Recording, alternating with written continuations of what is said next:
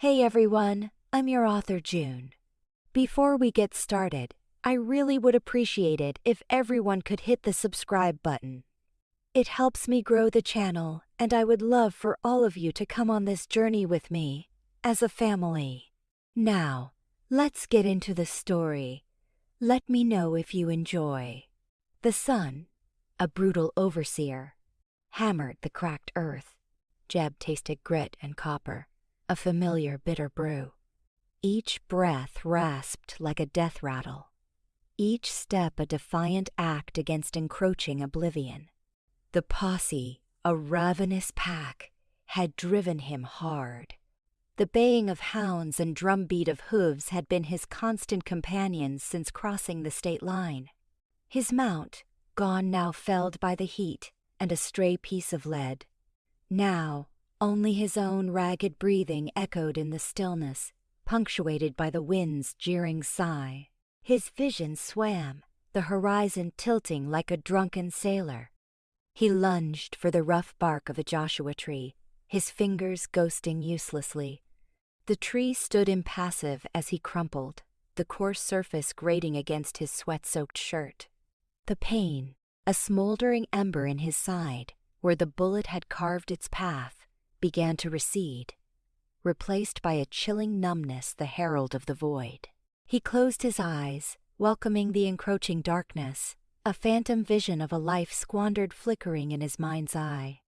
Eva Langston, a silhouette against the ochre canvas, ate up the ground aboard Bess, her reliable chestnut mare. She usually savored these fence checks along the ranch's southern boundary, the solitude, the limitless expanse, the heady feeling of freedom that bound her to this unforgiving land. But today, a discordant note resonated within her, a subtle unease that prickled her skin. She reined Bess in at the summit of a gentle rise, her gaze sweeping the horizon. The air hung heavy, pregnant with a brewing storm, yet it wasn't the weather stirring her disquiet. Something felt off. Her eyes snagged on a dark form slumped against the base of a Joshua tree. Initially, she dismissed it as a fallen limb, but as she drew closer, a metallic glint caught her attention, revealing the unmistakable shape of a human body. Eva dismounted, rifle loosely in hand, her senses heightened as she approached with caution. Recognition dawned. Jebediah Blackwood, infamous outlaw. A name hissed in fearful whispers around campfires, a figure shrouded in legend and menace. He lay sprawled, his face ashen, his breathing shallow and strained. A crimson stain blossomed on his shirt, an ugly bloom spreading across the fabric. He was bleeding out, his life ebbing away. She stood over him, her thoughts colliding in a chaotic jumble. This was Jeb Blackwood, robber, shooter, the man who embodied violence and disorder. Justice demanded she turn him in, earning the town's esteem, the sheriff's gratitude. It would cement the Langston name, bolstering their place in the community. Yet, looking at him, broken and exposed, she saw not a monster, but simply a man fading fast. Beneath the grime and stubble, his features held a surprising youthfulness, softened in his unconsciousness. A vulnerability peeked through, a flicker of the innocent boy he might once have been before the world had hardened him.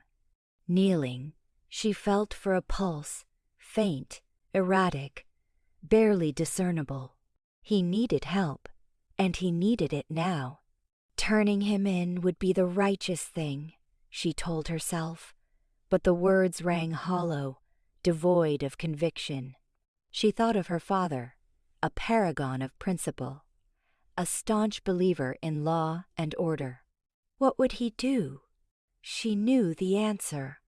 He would do what he believed to be right, regardless of the difficulty. But what was right? Upholding the law, or extending mercy to a fellow mortal in dire need? Eva closed her eyes, locked in a silent battle with her conscience. The law branded him guilty, yet her heart urged her elsewhere. She saw, not a criminal, but a wounded animal, yearning for salvation. And in that instant, her course became clear. She had always gravitated towards tales of transformation, of second acts, of individuals transcending their pasts. Perhaps, just perhaps, Jeb Blackwood possessed the potential for change. Maybe, buried beneath the hardened exterior, resided a spark of humanity waiting to be ignited. Or perhaps she was a naive fool, blinded by her own idealistic notions. Regardless, she couldn't abandon him to meet his end in this desolate place. "Damn you, Jeb Blackwood," she breathed, her voice a mere whisper. "Why'd you have to make this so hard?" Ripping a strip from her petticoat, she pressed it against the wound, struggling to staunch the flow of blood. He groaned, his eyelids fluttering open, his gaze clouded with confusion. "Easy," she soothed, her tone firm yet gentle. "You'll be all right." He didn't seem to recognize her. His eyes drifted shut once more, and he sank back into the void. Eva inhaled deeply, steeling her resolve. What she was about to undertake was fraught with peril, bordering on madness. She risked everything: her reputation, her family's standing, possibly even her own life. But there was no turning back. She had made her choice. With a grunt of exertion, she heaved him onto Bess's back, carefully positioning him to prevent him from tumbling off. The mare, sensing the heightened tension, shifted uneasily, but Eva calmed her with soft words. "Easy, girl," she murmured. "Let's get him home." The journey back to the ranch was an agonizing crawl. Jeb was a dead weight against her, his body slack and unresponsive. She was forced to pause repeatedly, adjusting his position, assuring herself that he still drew breath. The unrelenting sun transformed the air into a shimmering mirage. Approaching the ranch, Eva felt a wave of panic wash over her. What explanation could she offer her family? How could she justify bringing a notorious outlaw into their home? Her father would be enraged. He had instilled in her a profound respect for the law, a commitment to justice. This would be a betrayal of everything he held sacred. Yet, she also knew him to be a man of inherent goodness, a man capable of compassion. And perhaps, just perhaps, he would understand. She nudged Bess onward, her heart hammering against her ribs. The ranch house materialized in the distance, a symbol of security and familiarity. Today, it seemed like a fortress, a place she might soon be estranged from. Gathering her courage, she braced herself for the imminent storm. She had made her decision, and now she had to confront the consequences. But, as she guided Bess into the yard, she knew that, no matter the fallout, she wouldn't regret her actions. She had heeded the call of her conscience, and that was all that mattered. For now.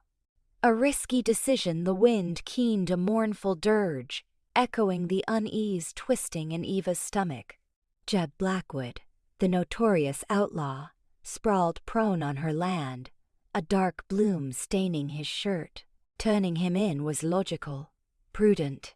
Yet, gazing at his still form, a different kind of righteousness stirred within her. He seemed diminished, the swagger that defined his legend absent. A glance towards the house revealed its windows glowing, beacons of normalcy and law. Her father would erupt. The sheriff would descend, questions would fly, and her tranquil existence would shatter. But abandoning him meant certain death. Eva knelt, oblivious to the gravel biting into her skin. He was a hefty weight, solid muscle, even in unconsciousness. She gripped his arms, grunting with strain as she began to haul him. His boots scuffed against the arid earth, etching parallel lines in the dust. She dragged him toward the dilapidated barn, its age timbers a silent chronicle of the Langston family's hardships and grit. Reaching the warped door, she wrestled it open, the rusted hinges shrieking in protest, a jarring noise in the stillness. Eva tugged Jeb inside, the aroma of dried hay and aged wood enveloping them. He was a dead weight, but adrenaline, coupled with sheer stubbornness, fueled her onward. The loft. That's where he needed to be.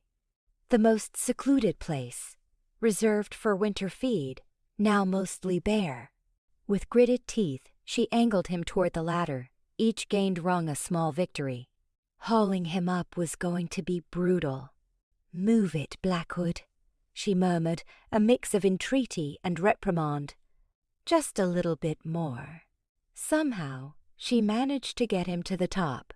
The loft was shadowy, illuminated only by slivers of moonlight piercing the cracks in the walls. She strained to pull him across the gritty floor, toward the back, where stacks of hay bales offered a degree of camouflage. Eva wrestled him behind the bales, arranging them as a crude barrier. Imperfect, but better than exposure. Gasping for air, she leaned against the rough-hewn wood, her pulse hammering. It was done. She had concealed a wanted man in her barn. Now the true task began. She rushed back to the house, thoughts colliding. Water, bandages, her mother's sewing kit were vital. She ghosted through the familiar rooms. Her father was snoring in his chair, a newspaper clutched in his hand. Lily, her younger sister, slept soundly upstairs. Eva held her breath, hoping to remain undetected. In the kitchen, she assembled her supplies. A basin of water, a clean rag, a bottle of whiskey filched from the pantry, and the worn leather pouch containing her mother's sewing notions. She snatched a blanket from the linen closet, its familiar fragrance a momentary solace in the rising tide of turmoil. Back in the barn, the air hung heavy with dust and the metallic scent of blood. Jeb remained motionless. Eva knelt beside him, her hand hovering near his chest. He still breathed, shallow and labored, but he clung to life. She dampened the cloth and gently began to cleanse the wound. The bullet had pierced his side, just beneath the ribs. The wound's edges were ragged and angry, caked with dried blood. She gritted her teeth, fighting the wave of nausea threatening to swamp her. As she cleaned, she discerned a map of scars etched across his torso. Old wounds, trophies, from a life lived on the razor's edge. This wasn't his first dance with death. She soaked another cloth with whiskey and dabbed it around the laceration, steeling herself for his reaction. He groaned, his body spasming, but remained unconscious. Eva continued her task, her movements practiced and precise. Once cleaned, she assessed the extent of the damage. Deep, but she surmised the bullet had exited. She needed to close it. She threaded a needle with sturdy thread, her hands trembling slightly. She hadn't done this since her mother's passing. Taking a steadying breath, she pinched the wound's edges together and inserted the needle. The first stitch was the most difficult, an invasion that made her stomach clench. But she persevered, stitch by deliberate stitch, closing the gash with painstaking diligence. The barn's hush was broken only by her soft breaths and Jeb's occasional moans. She toiled for what seemed like hours, her back aching, her eyes burning with exhaustion. At last, she knotted the final stitch, her fingers clumsy and stiff. She cleansed the wound one last time, then bound it snugly with bandages. She draped the blanket over him, tucking it around his shoulders. He looked vulnerable, almost innocent, lying there amidst the hay. Eva sank back on her heels, overcome with fatigue. She had done it. She had saved him. But at what cost? She had defied the law.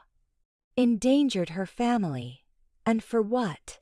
For a stranger, a man who existed outside the boundaries of society. A man who, if he survived, would only bring hardship to her doorstep.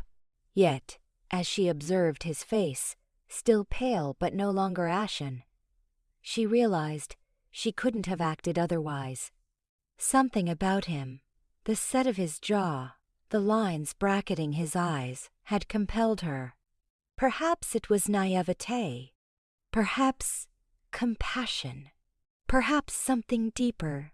Whatever the motive, she was now irrevocably connected to Jeb Blackwood, the outlaw, and her life would be forever altered. She knew the posse would arrive. It was inevitable. And when they did, she would face the ultimate choice: protect him or betray him. The prospect sent a chill through her. For now, all she could do was wait and pray for a miracle. Awakening and suspicion, Jeb's eyelids flickered open.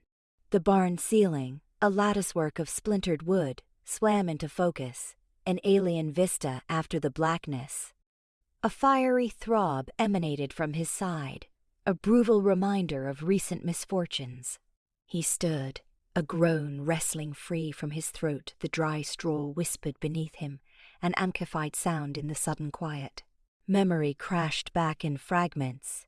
The ambush's savage bite, the white-hot agony, a frantic scramble for survival, and then oblivion. He levered himself onto his elbows, a sharp intake of breath accompanying the movement, and scanned the dusty space.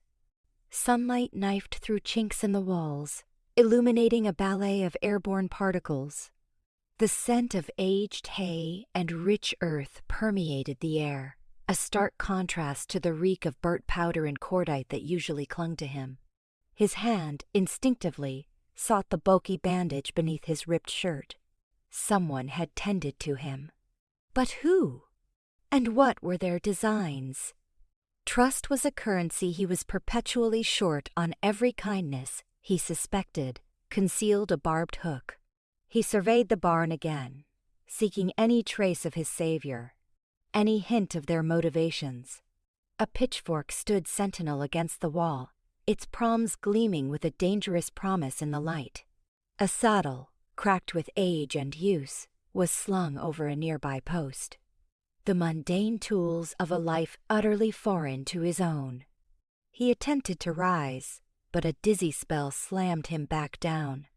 Weaker than he'd reckoned.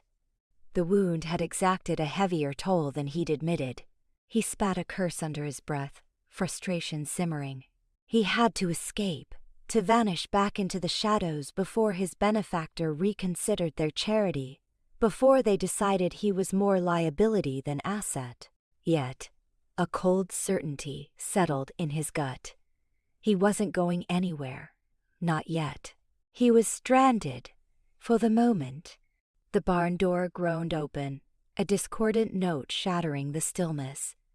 Jeb's muscles coiled, his phantom hand reaching for the knife that was no longer there. Eva Langston stepped inside, backlit by the sun's glare, a dark silhouette. She held a steaming wooden bowl, its contents emitting a subtle fragrance. Her face was an inscrutable mask as she registered his awakening. "You're awake," she observed, her tone devoid of inflection. "Not an inquiry." Jeb remained mute, his gaze fixed, assessing, calculating his odds. He needed to decipher her intentions. He detected no fear, just a guarded curiosity. That alone made her dangerous. Eva approached with measured steps, halting a few feet away. "I brought broth," she offered, extending the bowl. "You need nourishment." He remained still, silent, his scrutiny a challenge, a test of her resolve. Eva exhaled, patience clearly wearing thin. "Look, I patched you up. You were losing blood fast in the woods. I could have left you for dead. I didn't." She deposited the bowl on a nearby crate, the sound echoing within the cavernous space. But I'm not naive. I know who you are, Jeb Blackwood. Or at least, I know the stories. The name reverberated through the air, thick with unspoken accusations. Jeb finally broke the silence, his voice a gravelly rasp. What do you want? Answers, Eva countered, her voice resolute. I want to know why a notorious outlaw was sprawled on my property, near death. I want to know what you were fleeing, and I want a damn good reason why I shouldn't turn you over to the authorities this instant. He met her gaze directly, his own unwavering. He could concoct a fiction, a tale of innocence and mishap, but something in her eyes suggested she'd see through it. She was too sharp. Besides, exhaustion weighed him down too heavily for lies. It's a complicated story, he admitted, his voice barely audible. I have time, Eva responded, folding her arms. Begin with the truth. Jeb hesitated, the words snagged in his throat. He hadn't revisited his past in years, hadn't permitted himself to linger on the events that had forged him into the man he'd become. Yet, gazing into Eva's eyes, he felt an unexpected compulsion to confide, to unburden himself, however slightly. My father was a miner. He started, his voice leveled, devoid of effect. He worked hard, honestly, but it was never enough. The mine owners cheated him, bled him dry. He tried to rally the others, to organize them. They crushed his spirit, then his body. He died, choking on dust, leaving Ka. My mother and me with nothing. He paused, the memory still a fresh wound. He caught a fleeting glimpse of compassion in Eva's eyes, but it vanished quickly, replaced with cautious skepticism. That's all there is to it, she pressed. That's why you became an outlaw? No, Jeb replied, shaking his head. That's merely the starting point. After my father passed, my mother took ill. We were desperate for money. I tried to find work, but no one would hire me. They knew who I was, what my father had attempted. I was marked, ostracized. He inhaled deeply, the air thick in his lungs. I did what I had to do to survive. I stole, I swindled, I scrapped. It started small, but the stakes escalated rapidly. I fell in with the wrong sort, men who perceived me as a weapon, a tool to be used. Before I realized it, I was in too deep, ensnared in a tangled skein of brutality and deception. He broke off, his gaze falling to the ground. He couldn't face Eva, couldn't bear to witness the judgment in her eyes. He'd already revealed too much. And the price on your head? Eva asked, her voice subdued. The train robbery, the bank job, the killing? Jeb recoiled at the final word. I didn't murder anyone, he declared, his voice rising in protest. I swear to God, I was there, yes, but I didn't pull the trigger. Eva scrutinized him intently, her expression an enigma. She was attempting to gauge his veracity, to determine if he spoke the truth. He met her gaze, his own pleading, desperate. He knew his word was worthless, that his reputation preceded him. But he had to make her believe him, to persuade her that he wasn't the monster they all believed him to be. Silence stretched taut between them, thick and suffocating.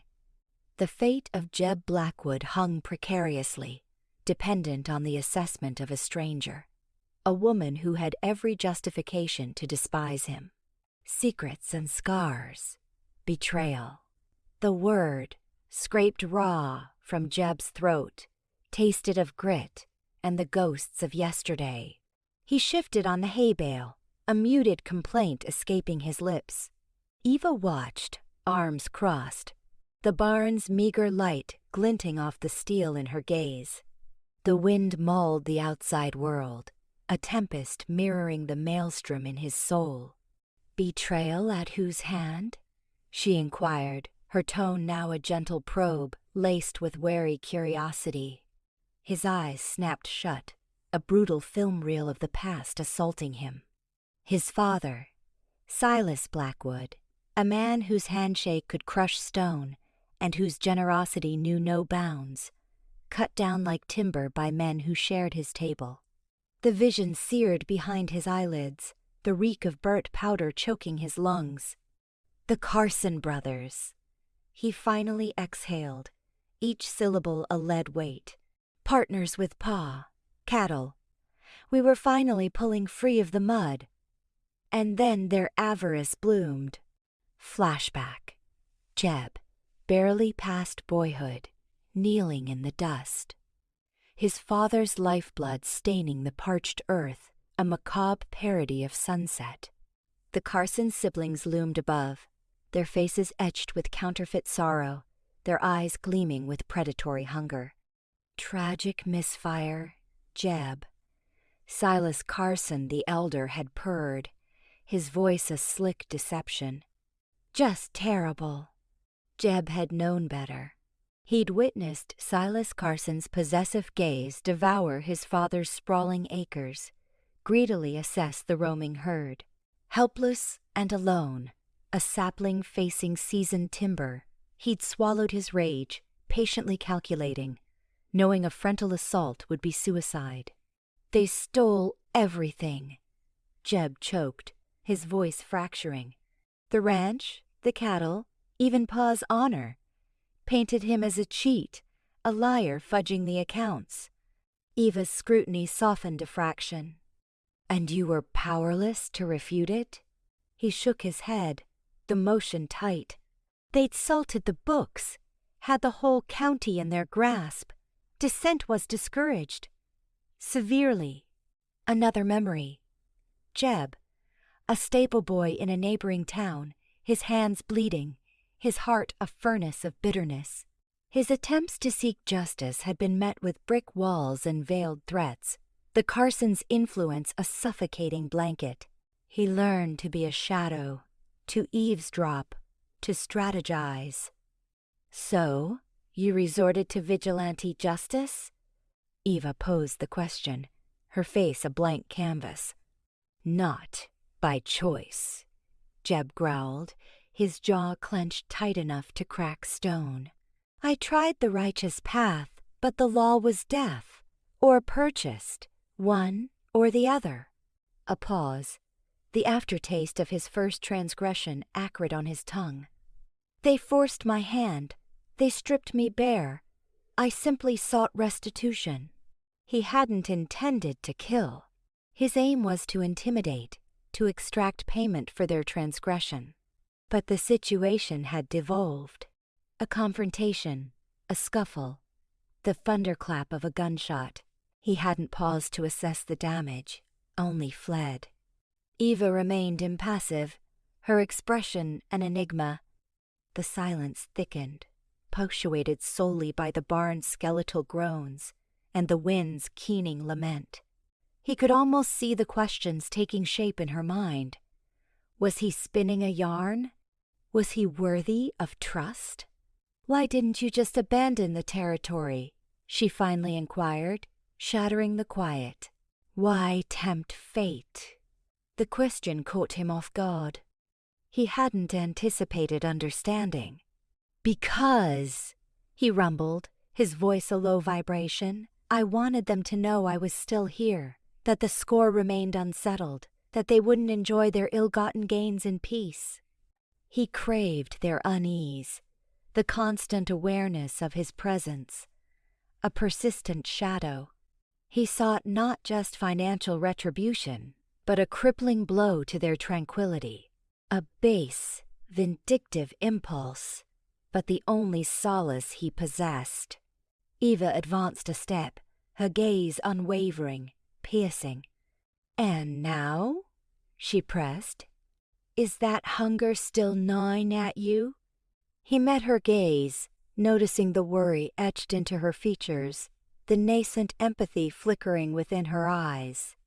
He discerned strength, a tenacity that mirrored his own fractured resolve.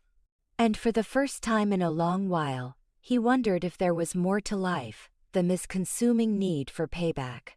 "I honestly don't know," he confessed, the admission barely audible. "I'm not sure what I desire anymore." A fleeting sadness crossed her features, followed by something else, a tentative spark of optimism perhaps. She reached out a hand, hovering just above his, a silent invitation. "Perhaps," she murmured, "perhaps it's time you rediscovered that." The wind intensified its assault, rattling the barn's aged timbers. The tempest raged without, but within, in the fading light, a delicate bridge had been erected. A bridge forged from secrets and scars, from mutual suffering, and the tentative promise of a brighter horizon.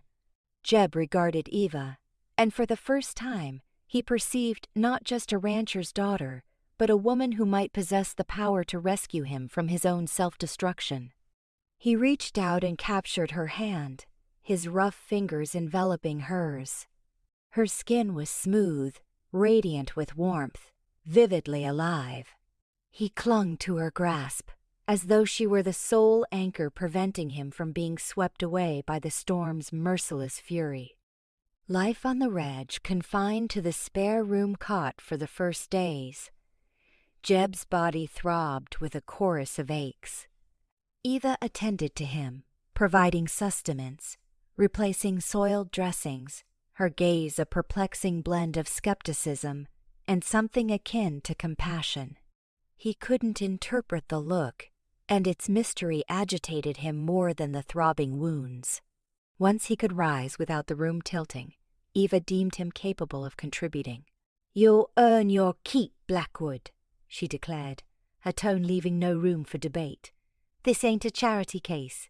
His initiation came in the form of mucking out the stables. The reek was nauseating, the labor grueling. He was a stranger to such toil. His hands, toughened from wielding weapons and guiding horses, were unaccustomed to the coarse demands of manual labor, unlike Eva's, which bore the mark of years spent in the sun and dirt. He was all thumbs, a greenhorn play-acting the part of ranch hand. Stealing a glance, he saw Eva framed in the doorway, arms crossed, an almost imperceptible smile gracing her lips. "Never broken a sweat for an honest wage, have you?" she surmised, pushing away from the frame and entering the stable's dim interior. Jeb paused, resting on the shovel handle. "I've worked," he countered, stung. Bank heists and gunfights hardly qualify as honest, do they? She approached, her look unwavering. The air around her carried the scent of sun-cured hay and equine musk, a bracing, natural fragrance unfamiliar to his senses. Saying nothing, he resumed his task. The ensuing quietude was punctuated only by the scrape of metal against wood and the soft whinnies of the horses. The following morn, she ushered him to the corral. A chestnut mare, defined by lean muscle, waited by the fence. "This is Penny," Eva announced, stroking the horse's velvety muzzle. "She's got a good heart, but she ain't a fool. Treat her right, and she'll serve you well." Jeb had ridden horses his entire life, but always with a purpose: flight, pursuit, confrontation. He'd never paused to truly connect with them, to appreciate their vitality and spirit. Eva instructed him in the art of grooming Penny, how to examine her hooves, the correct way to saddle her. She gently corrected his awkward attempts, her hands briefly touching his, sending unexpected sparks through him. "You handle her like you expect an ambush," she observed after he settled into the saddle. "Relax. Get a feel for her beneath you. She's not the enemy." He loosened his grip on the reins, mirroring her relaxed posture. Penny seemed to respond, her pace gaining a newfound smoothness and grace. They rode out onto the sprawling range, the boundless sky and landscape opening before them. For what felt like an eternity, Jeb experienced a sensation of tranquility. Fleeting and fragile as it was there. As the days bled into weeks, Jeb's injuries mended, both outwardly and within. He became a fixture in the daily rhythms of ranch life, repairing fences, tending to livestock, drawing water.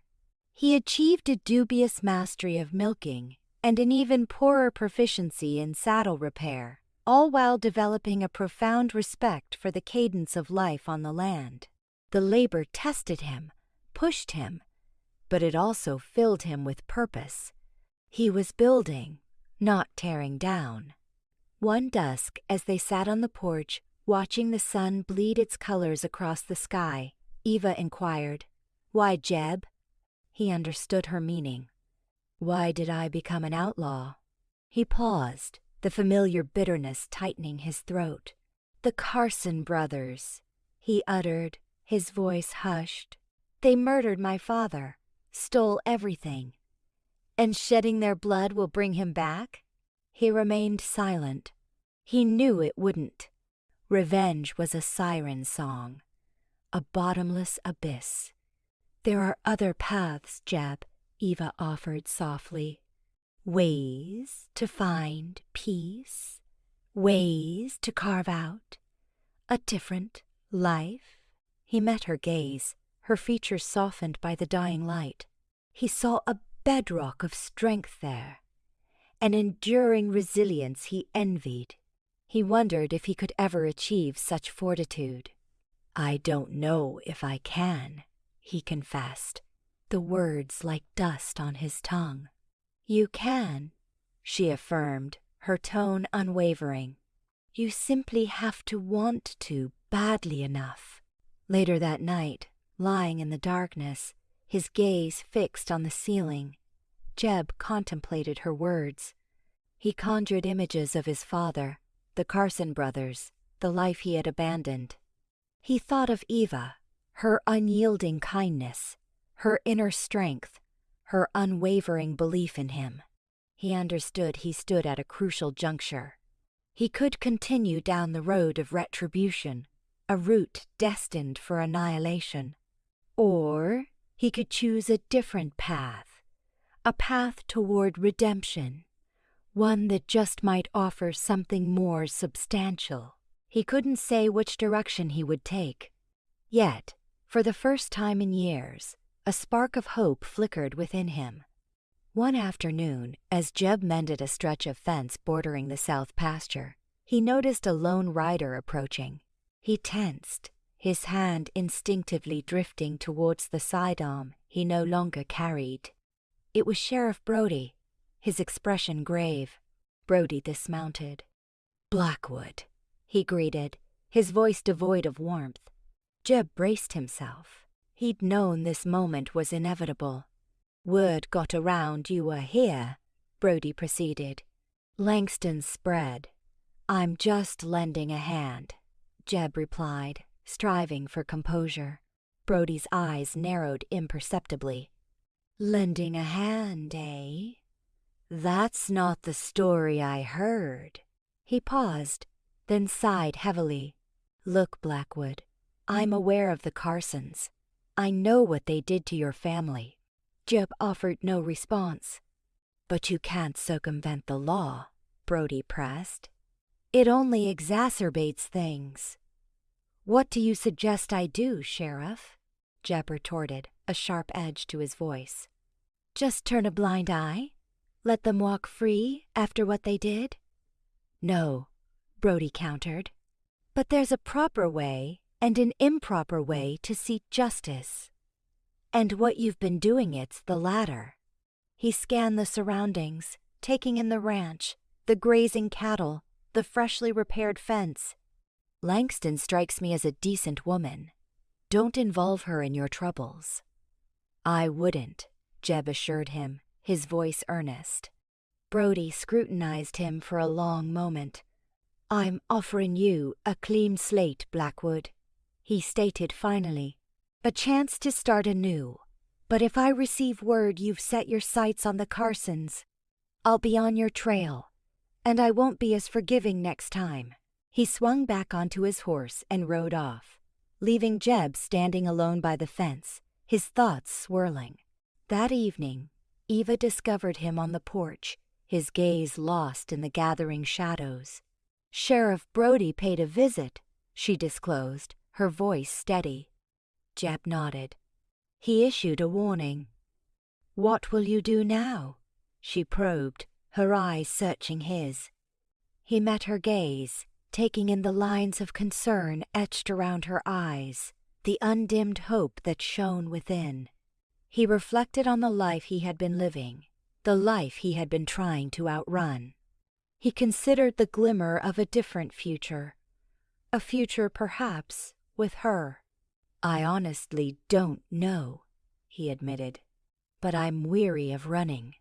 He reached out and clasped her hand, his rough fingers interlacing with hers. Her touch sent a current coursing through him, a stark reminder of all he risked losing. Stay, she whispered, her voice barely audible.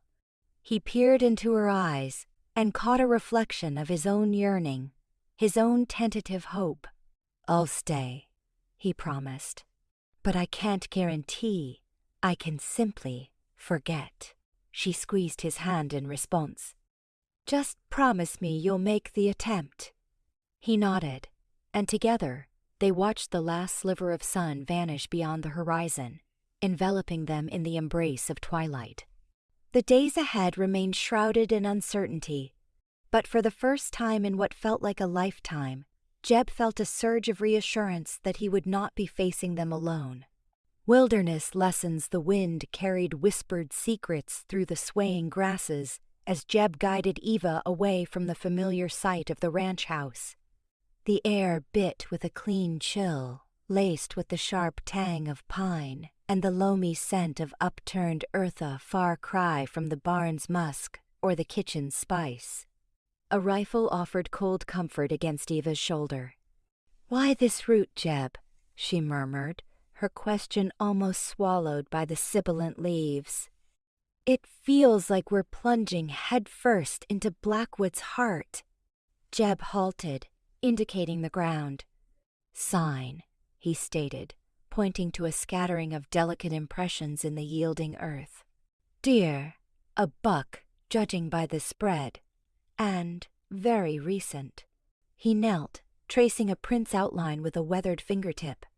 Knowing the land's language is worth more than any firearm, Eva. It tells you where sustenance lies, where peril hides, and sometimes the path a man has trod. His gaze flickered to hers, a fleeting darkness shadowing his features. Eva joined him, scrutinizing the tracks. Her life on the ranch had been dedicated to stock and fields. This was an alien tongue, whispered by the wild itself. Instruct me, she requested, her tone resolute. For hours, Jeb was her guide, revealing the subtle clues of the wilderness she had previously overlooked. He distinguished the spoor of different creatures, identified nourishing plants, and located hidden springs. He demonstrated how to slip through the underbrush, becoming one with the landscape rather than a disruptive presence. He expounded on nature's intricate web, the delicate equilibrium that sustained life in the untamed expanse. As dusk began to bleed across the heavens, igniting the sky with fiery hues, they arrived at a secluded haven beside a babbling brook. This is our haven for the night, Jeb announced, dropping the hatchet he bore. Eva observed as he amassed fallen limbs and desiccated leaves, his movements economical and sure. Before long, a small blaze danced, casting flickering patterns on their faces and releasing the homely aroma of wood smoke. I never realized how much I didn't know, Eva confessed, settling onto a mattress of pine needles. I thought I understood this land, but I was only skimming the surface. Jeb offered a rare, genuine smile that crinkled the corners of his eyes. The wilderness offers endless instruction, Eva. You need only listen. From his saddlebag, he produced a small sack, offering her strips of cured venison. They ate in companionable quiet, punctuated only by the fire's crackle and the brook's gentle music. As deeper darkness descended, stars bloomed, a celestial scattering of gems across the inky canvas. "Tell me about your history," Eva ventured softly. "The life you left behind." Jeb hesitated, his gaze fixed on the leaping flames. "It's a shadowed tale, Eva, woven with regret and violence." "I know," she replied, her voice steady yet kind, "but I need to grasp it. I need to perceive who you truly are, not merely the man you're striving to become." He exhaled heavily, raking a hand through his dark mane. He recounted the story of his father, an honest rancher swindled and murdered by ruthless men. He described his own slide into lawlessness, fueled by a ravenous hunger for retribution. He spoke of the choices he regretted, the lives he had extinguished, the weight he carried like a shroud. Eva listened without censure, her eyes brimming with understanding. When he concluded, she reached out and clasped his hand, her touch a warm anchor. "The past cannot be undone, Jeb," she affirmed. "But your future is yours to shape. You can choose a different path." He met her gaze, his eyes searching. "Can I?" he questioned, his voice laced with uncertainty. "Is it possible to shed the skin I wear?" "I believe it is," Eva responded, her grip tightening. "I see goodness within you. Jeb, I glimpse the potential for something more." They remained in contemplative silence, watching the celestial display. The fire gradually waned, the embers glowing like scattered rubies. "What of you, Eva?" Jeb inquired, his tone hushed. "What dreams occupy your heart?" Eva hesitated, her gaze drifting to the far horizon. "I'm no longer certain," she admitted. "I once yearned to escape this ranch, to experience the world, but now," her voice trailed off, struggling to articulate her feelings. "But now?" Jeb prompted softly. "Now, I feel responsible," she finally said, "for my family, for the ranch, perhaps even for you." Jeb studied her intently, his eyes holding a question she couldn't quite decipher. "And is that your desire, Eva?" "Responsibility?" She sighed. "I'm unsure of my desires, Jeb," she confessed. "But I know what actions I must take." He offered a slow nod, comprehension dawning in his expression.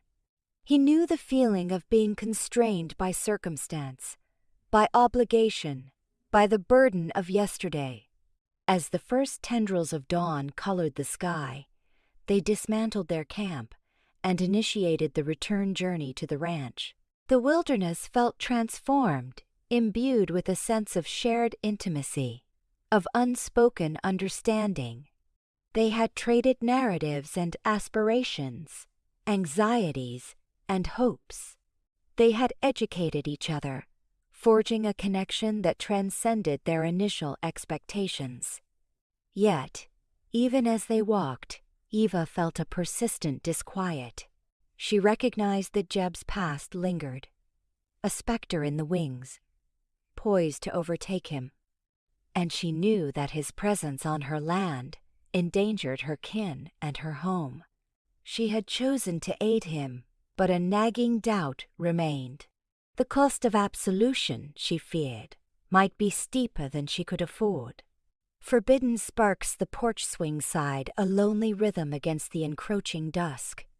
Eva feigned attention to a ripped seam in her son's shirt, but her gaze persistently sought the barn's shadowed bulk. Inside, Jeb saw to the horses, but the worry etched in her face deepened each day. His recovery was undeniable, yet the questions churning inside her grew with every rise and fall of her chest. The sunset bled across the yard, transforming the familiar landscape into a canvas of fiery hues. He emerged, a dark form silhouetted in the barn's doorway. Their eyes met, and a fleeting, almost painful smile touched his lips as he started toward the house. His gait, once halting, was now fluid, a far cry from the broken figure she had rescued from the woods. "Another casualty of childhood?" he asked, his voice a low murmur threaded with wry amusement that tickled her skin. Eva glanced down, startled to realize the needle remained unthreaded. "Just pondering," she confessed, the half-truth weighing heavily. He leaned against a post, his gaze lost in the distance. "A perilous occupation," he remarked, "particularly here." Her eyes locked with his, the intensity holding her captive. "What occupied your thoughts out there today?" she blurted, the question escaping before she could restrain it. A flicker of tension tightened his jaw. "The past," he said, his voice devoid of inflection. "A place you're better off not visiting." "Perhaps," she parried, "but it's hard to ignore what's right in front of me. You're evading something, Jeb, something that still holds you prisoner." He straightened, a restless energy emanating from him. "It's complicated, Eva." "Isn't it always?" she countered, her tone softening. "But secrets, they have a way of festering." He averted his gaze, drawn to the glint of the river winding through their property. "Some things are best left undisturbed." "What about you, Jeb?" she asked softly, barely audible. "Will you remain buried with them?" Silence stretched, thick with unspoken burdens. Finally, Eva stood. "Come," she offered. "Let's walk to the river." The air cooled with each step toward the water, the chirping of crickets and whisper of leaves amplifying in the twilight. Eva settled on a smooth, broad stone, watching the current slide by. Jeb remained standing, his posture stiff, hands buried in his pockets. "You saved me," he stated, his voice rough-hewn. "I owe you." "You owe me nothing," she retorted, turning to him. "I acted according to my conscience." "Most wouldn't have," he countered. "Most would have left me to rot or handed me over." "Maybe," she conceded with a shrug. "But I'm not most." He finally met her gaze, a flicker of something raw and vulnerable mirroring the emotions roiling within her. A dangerous, tantalizing spark. "Why, Eva?" he asked, his voice a mere breath. "Why offer aid?" She hesitated, struggling to name the emotions entwined within her. "I saw something in you," she managed. "Something worthy, something salvageable." A mirthless sound escaped him. "There's no worth in me, Eva, only shadows." "I refuse to believe that," she said, her voice firm. Rising, she closed the space between them, her heart a frantic drum against her ribs. "I think you're afraid to let it surface." He reached out, his fingers feather light against her cheek, sending a tremor through her. Longing warred with apprehension in his eyes. "Don't," he rasped, his voice thick with emotion. "Don't look at me like that." "Like what?" she whispered, her voice trembling. "Like you see a man I'm not," he confessed, his gaze drifting to her mouth. "Like you have faith in me." She raised her hand to his face, her thumb tracing the sharp angle of his jaw. "I do," she declared, conviction ringing in her tone. "I believe you are capable of more than you've been." His eyes squeezed shut, his breath catching in his throat. "Evo." The sound of her name, a brand upon her soul. She leaned in, an irresistible pull drawing her closer, and he succumbed, meeting her halfway. Their lips brushed, a tentative dance that quickly escalated. A kiss, born of desperation and burgeoning hope, of raw need and stark fear, a kiss redolent with risk and forbidden yearning. When they parted, breathless and reeling, the world held its breath. Only the gentle murmur of the river remained, an accomplice to their trespass. "This cannot be," he said, his voice strained and fractured. "I can't do this to you." "Why not?" she questioned, her eyes searching his. "Because I'll only bring ruin," he confessed, his voice laced with despair. "I'm a marked man, Eva. My past will hunt me down, and you'll be caught in the crossfire. I'm willing to gamble," she said, her voice unwavering. He shook his head, his eyes reflecting his inner turmoil. "You shouldn't be. You deserve so much more."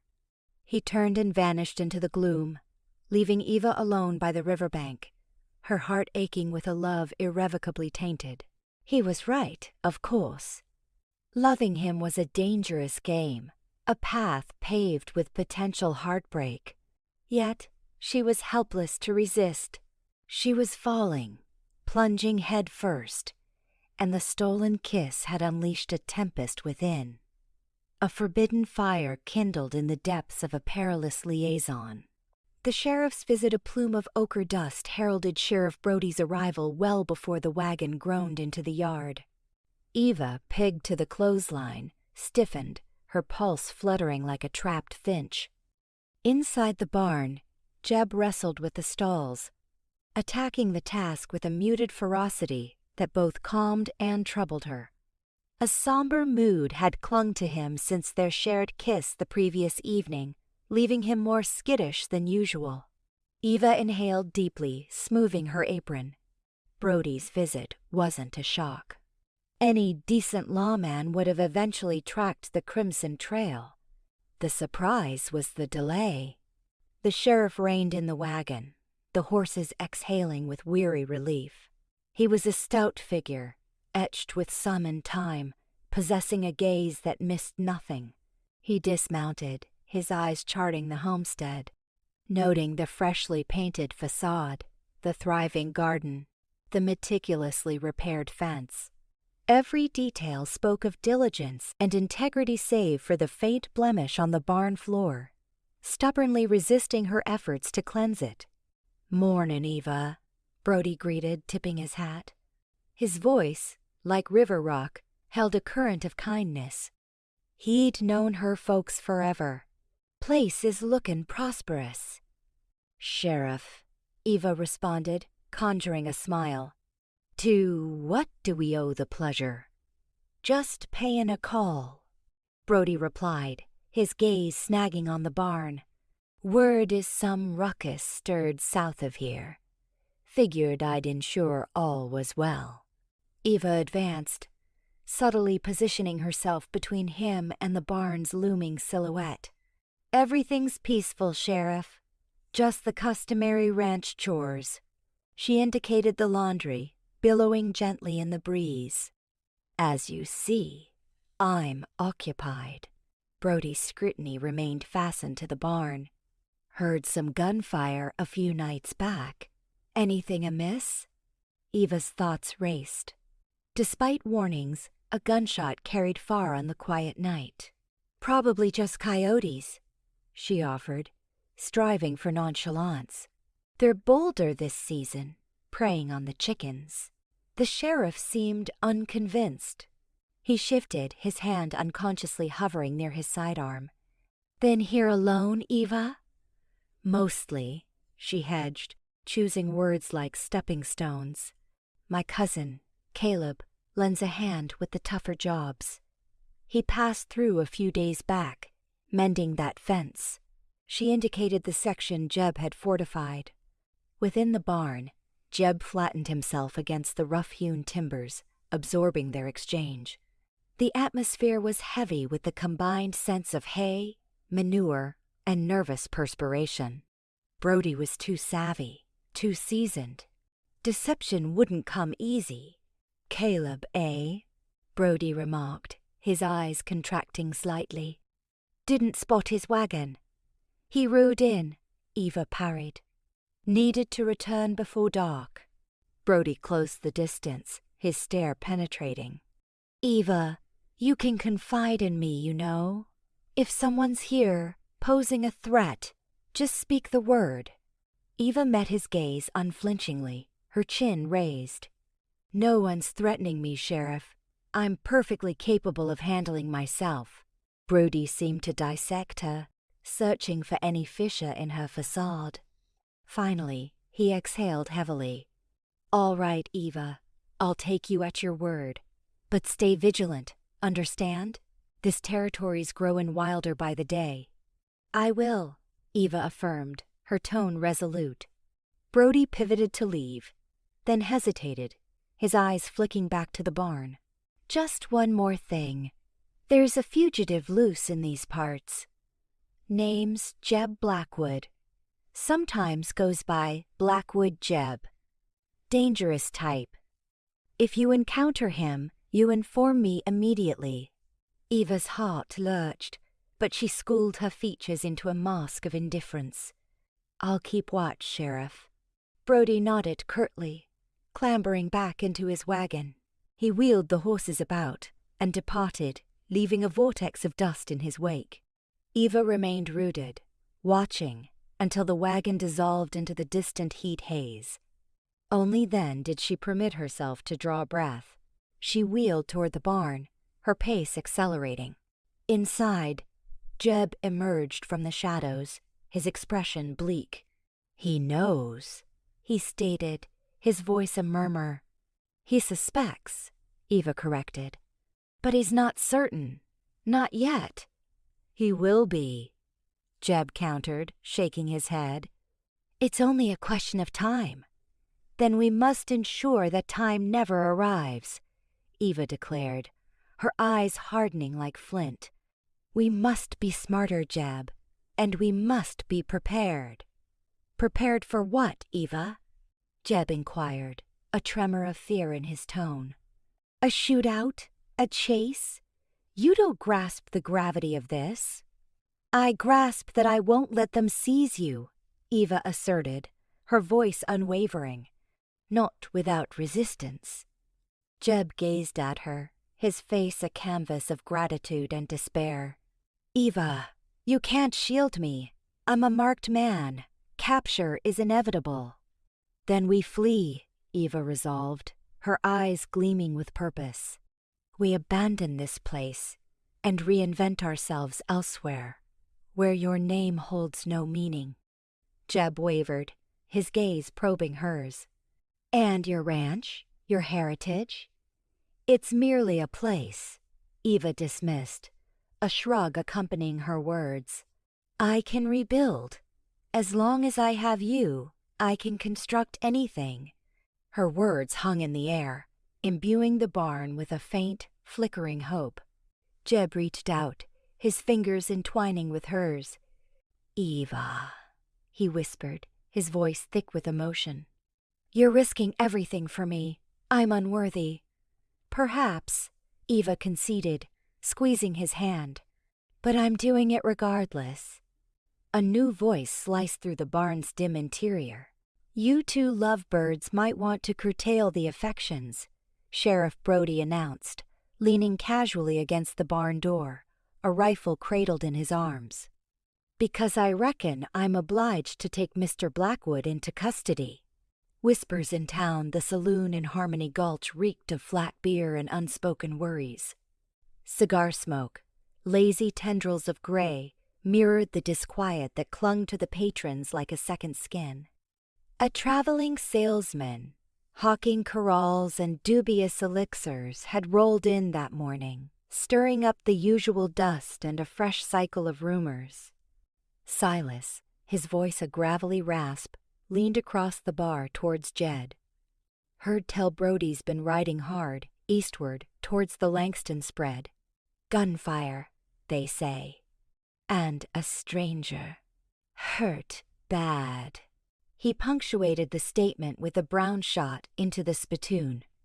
Jed, the barkeep, a man carved from granite and skepticism, ran a soiled rag over the worn wood.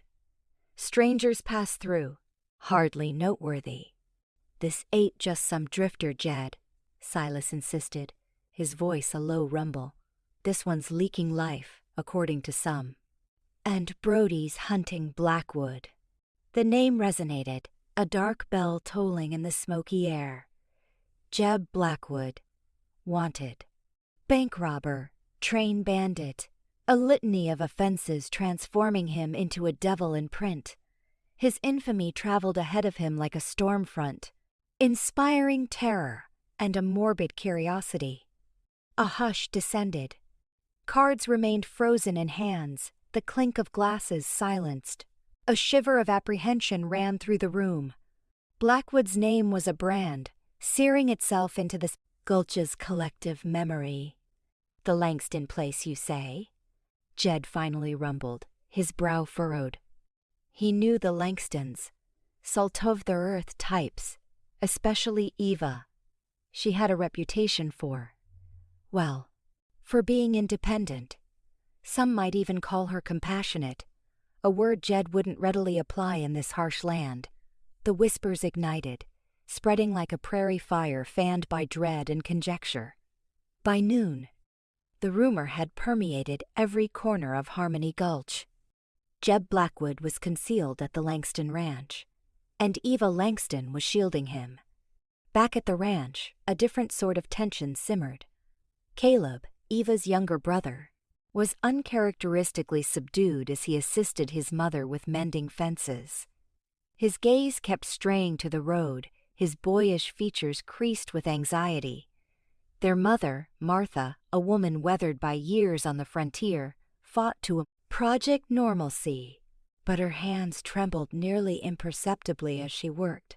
"You figure Sheriff Brody will be back?" Caleb blurted, shattering the oppressive quiet. Martha sighed, brushing a wisp of graying hair from her eyes. "He's simply doing his duty, Caleb. We've nothing to conceal." But the falsehood hung between them, a palpable weight. They both understood Eva's secret, and the potential repercussions for their family.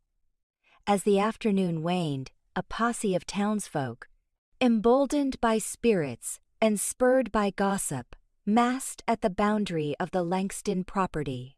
They stood, a silent, watchful delegation, their faces a study in suspicion.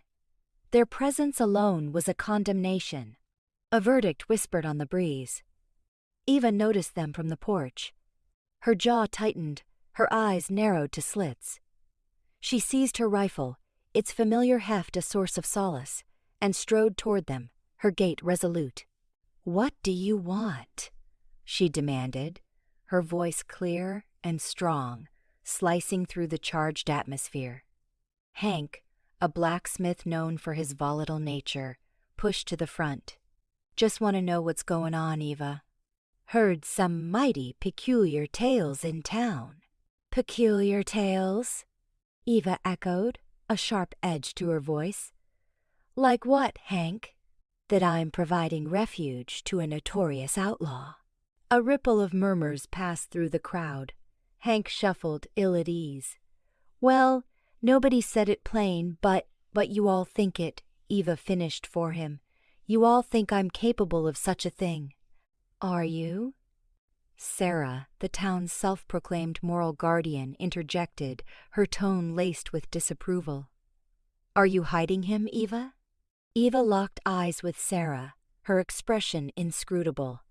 She knew her next words held the power to determine her family's future. She could lie, deny everything, and pray they'd believe it, but she knew they wouldn't. Not really. Doubt had taken root, and suspicion had bloomed into outright accusation. "Even if I were," she stated, her voice a low growl, "it's none of your affair.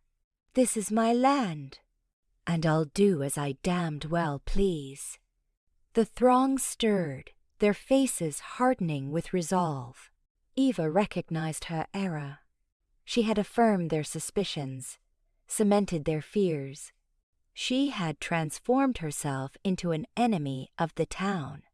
As dusk descended, painting long, foreboding shadows across the Langston ranch, Eva stood on the porch, rifle in hand, observing the distant glimmer of Harmony Gulch. A chill snaked down her spine, a premonition of peril. The whispers in town had coalesced into a tempest, and she knew that storm was bearing down on her doorstep. Inside the barn, Jeb Blackwood strained to hear the muffled voices, the distant hum of discontent. He knew the situation. He could sense the atmospheric shift, the escalating animosity. He was the cause of this. He had brought this down on Eva. He struggled to sit up, wincing as a bolt of agony ripped through his injured shoulder. He could no longer remain here. Not any longer. He was a menace to them, a jinx. He had to vanish. He had to disappear. For their safety. Yet, as his gaze landed on the makeshift bandages, the clean water, the evidence of her unwavering devotion, he questioned whether he could bear to leave. He had glimpsed a sliver of hope in this place, a flicker of something deeper. But hope, he was well aware, was a dangerous commodity, especially for a man like him. He closed his eyes, the town's whispers echoing in his mind. He was aware of the course he must take, but knowing and doing were worlds apart, and the prospect of abandoning Eva Langston tore at his very core like a serrated blade. A difficult decision, the coarse weave of the bedroll chafed against Jeb's skin, each thread a tiny accusation. He scrubbed it with a hardened palm, finding no solace in the familiar abrasion. Sunlight, splintered through the barn's decaying timbers, slashed the earthen floor in golden bars, each stripe a spectral cell, a grim preview of the future he feared dragging Eva into. He perched on the groaning cot, its springs singing a rusty lament, his gaze fixed on mud-caked boots. Each stain, each gouge in the leather, spoke of a life he desperately sought to shed, yet which clung to him like a second skin. Rising, he winced as a dull throb echoed from the old bullet wound, a constant reminder of his peril, his precarious existence. He moved to his saddlebags, their tanned hide protesting with a leathery sigh. Within, nestled amongst scant possessions, lay the Colt Peacemaker. He hesitated, fingers hovering over the blued steel. A tool, yes, but also a symbol of the very life he yearned to escape. He drew it, felt its comforting weight, then with a weary exhalation, returned it to its holster. Sentimentality was a luxury he couldn't afford, not with Eva's well-being at stake. He began assembling his few belongings. A threadbare woolen blanket, a battered tin cup, strips of dried jerky. Each object echoed his lonely existence, a life lived on the run, forever glancing over his shoulder. With a frustrated grunt, he stuffed them into the saddlebags.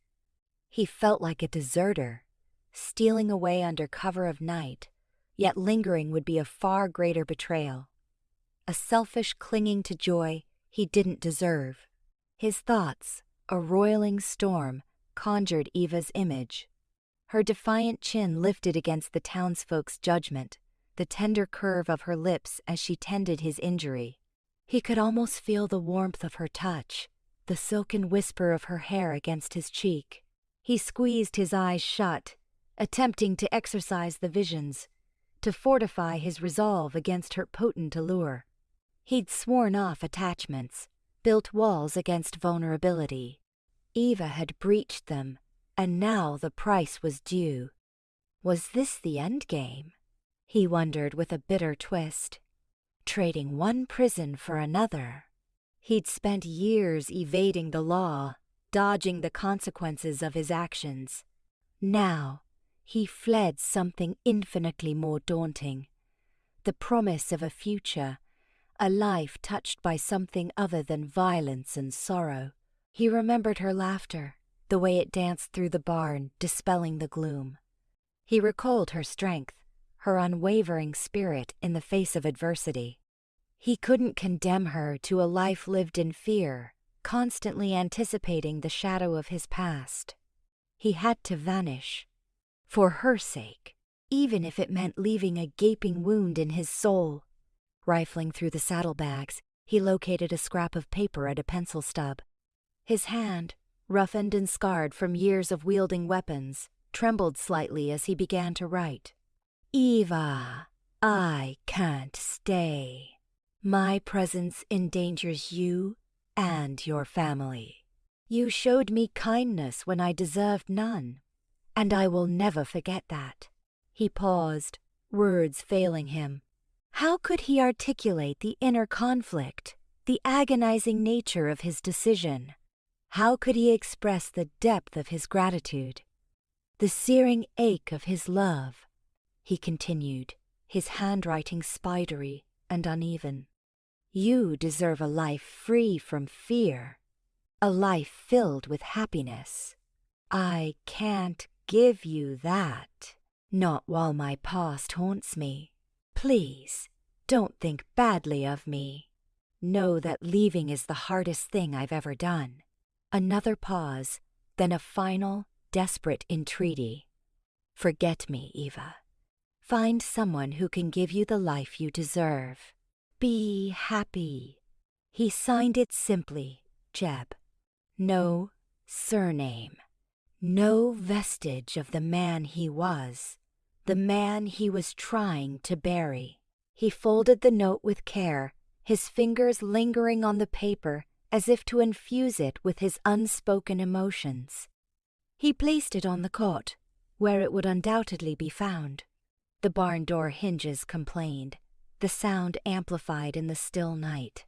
Jeb froze, hand on the latch, his pulse a frantic drum against his ribs. He cast one last, lingering look around the barn, etching every detail into memory.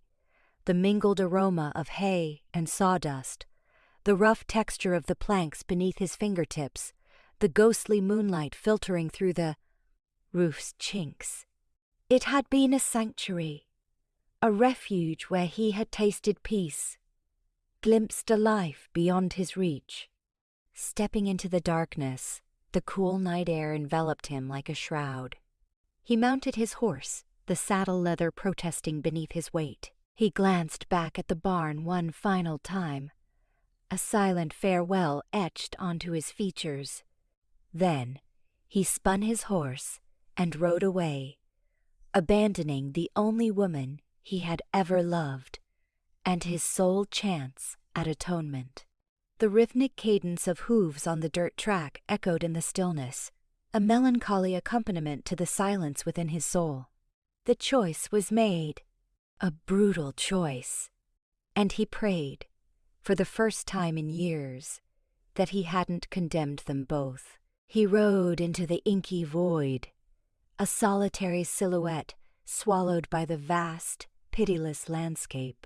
Declaration of love the valley floor still slumbered in pre-dawn's grip when Eva discovered the note. It rested on the kitchen table, anchored by her mother's cherished river stone. A solitary Eva was etched onto the folded paper. A shiver traced her spine. Unfolding it, she braced herself for the inevitable.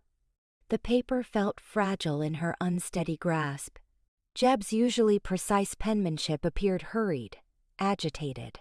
Gratitude permeated his words, a litany of thanks. For saving him, for her compassion, for everything.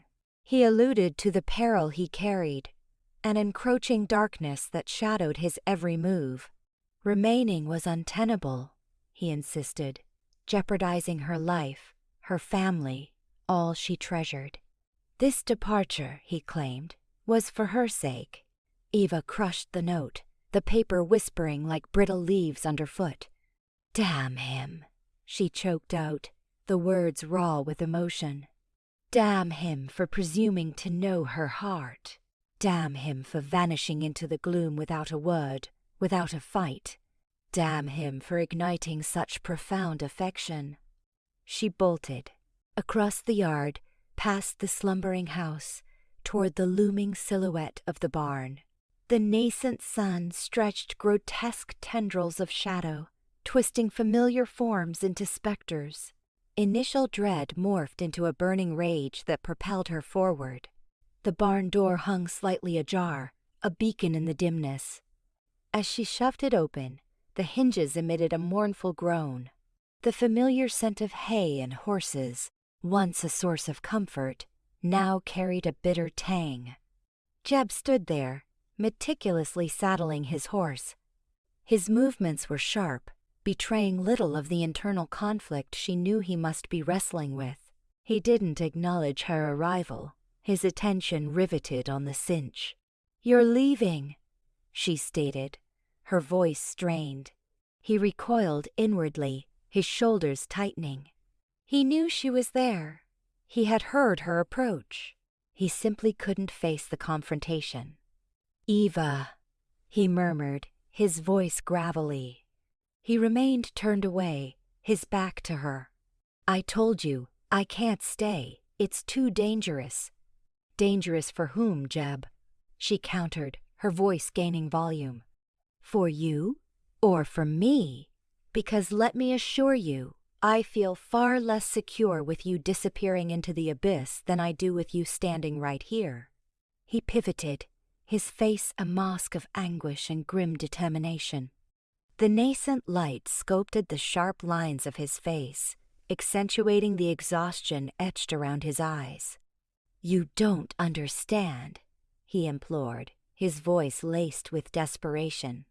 "These men, they won't relent. They'll dismantle this place piece by piece searching for me. You'll be caught in the crossfire." "Eva, I can't bear the thought of that. And you genuinely believe running will deter them?" she scoffed, advancing towards him. "You think they'll simply concede defeat and vanish? They'll still be lurking out there, Jeb, waiting, watching. And you'll be adrift, hunted, utterly alone." He shook his head, his jaw clenched tight. "It's better this way. It's the only way." "The only way for you to cling to some semblance of control," she retorted, her eyes blazing. "The only way for you to maintain your distance.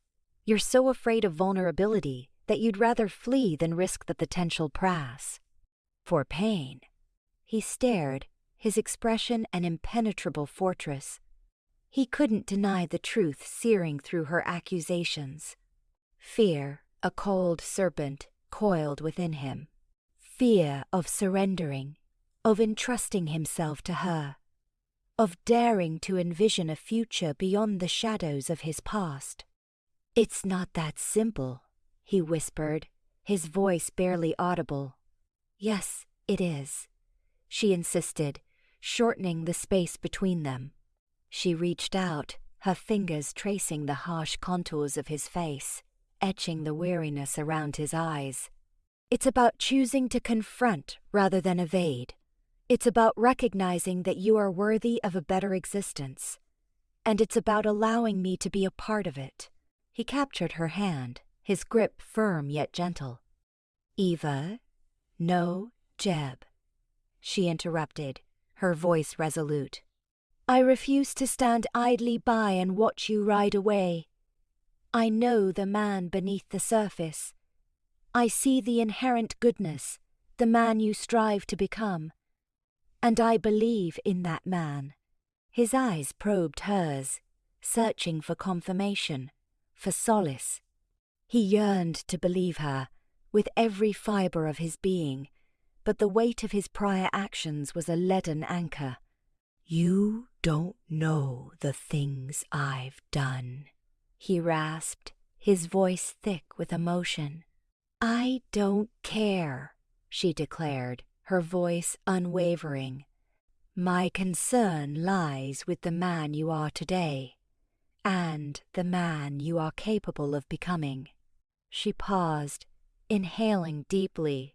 The air crackled with unspoken desires, with the weight of their collective history and the precariousness of their future. "I love you, Jeb," she confessed, the words suspended in the air like a sacred vow. "I love you not for who you were, but for who you are now, and for who you are destined to be. Please, don't go. Stay here. Stay with me. Let me stand by you in this fight." The declaration hung between them, exposed and tender. His grip on her hand tightened perceptibly. He looked at her, truly saw her.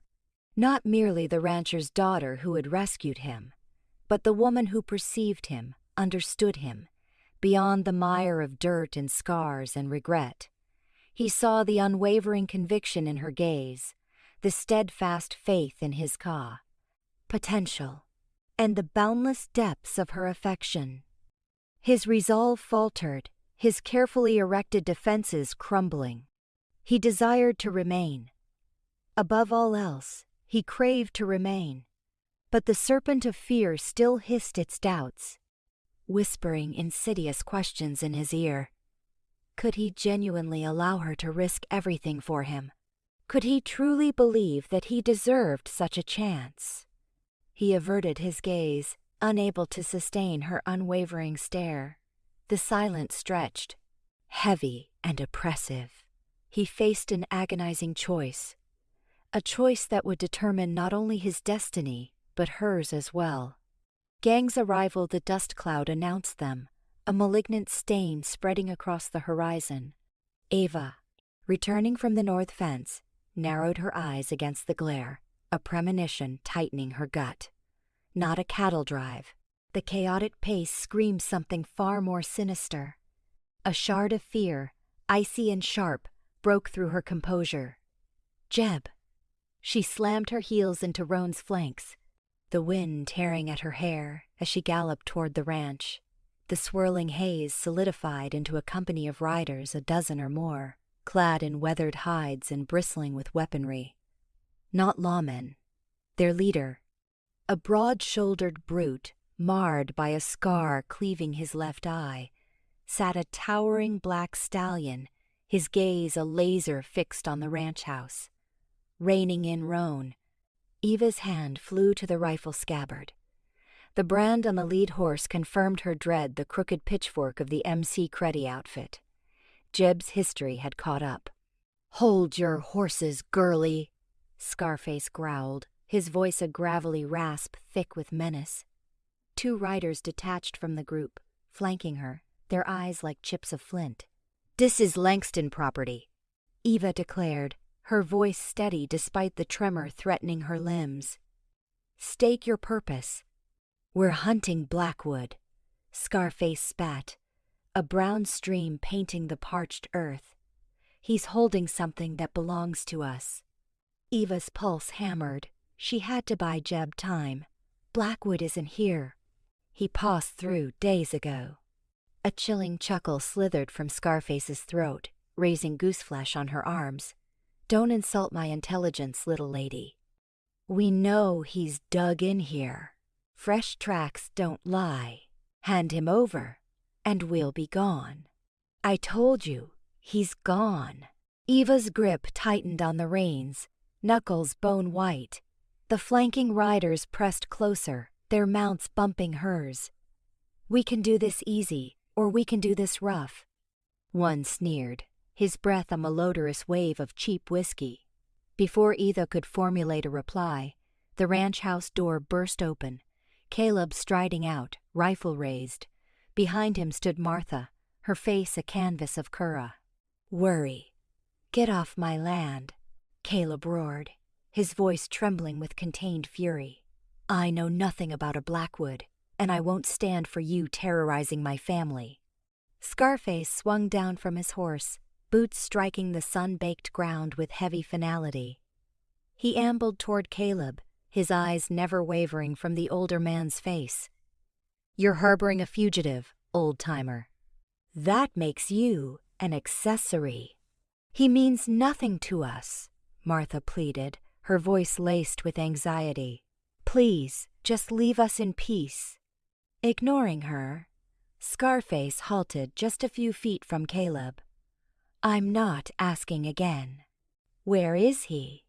Caleb's rifle wavered slightly, but his gaze remained unwavering. I said, get off my property. The air thickened, taut with unspoken threats. Eva knew catastrophe loomed. She had to act. He's in the barn. She choked out, the words a bitter taste in her mouth. Jeb, she had betrayed him. But what choice did she have?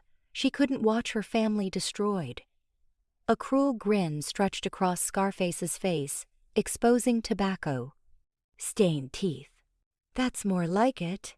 Boys, secure the premises. I'm going to have a little chat with Mr. Blackwood. Several riders dismounted, fanning out to surround the ranch house. 2 others positioned themselves beside Caleb, rifles trained on him. Scarface pivoted and swaggered toward the barn, his boots stirring up dust devils. Eva watched, paralyzed by fear and self-reproach, as he vanished inside. Jeb wouldn't surrender easily. But against such odds, he was doomed. She had to warn him. Disregarding the watchful riders, Eva slid off roan and stumbled towards the barn, her heart a frantic drum against her ribs. Jeb! She screamed, her voice ragged. They're coming for you! One of the riders seized her arm, halting her advance. Where do you think you're going? He snarled. Let go of me. Eva struggled, but his grip was like iron. Inside the barn, Jeb registered Eva's cry. He had been packing to leave, gathering his few possessions. Now, escape was impossible. He snatched his Colt Peacemaker from the saddlebag and checked the cylinder. 6 rounds. Not nearly enough. The barn door groaned open, and Scarface sauntered in, his eyes glinting in the gloom. Well, well, he drawled. If it isn't the prodigal returned. Me, Creddy, Jeb replied, his voice a low growl. I should have anticipated your arrival. You stole from me, Blackwood, Scarface hissed. You betrayed me, and now you will pay the price. I did what I deemed necessary, Jeb countered. You were about to slaughter those innocents. Innocent? Scarface's laugh was devoid of mirth. They were simply unfortunate souls caught in the crossfire. Collateral damage. That's not my way, Jeb asserted, which is why I left. You can't outrun your past, Blackwood, Scarface said, his hand hovering near his revolver. It always catches up. Perhaps, Jeb conceded, his eyes slitted. But I intend to make you earn it. Outside, Eva wrenched free from the rider's grasp. She sprinted toward the barn, desperate to reach Jeb. Get back here! The rider bellowed, but she ignored him.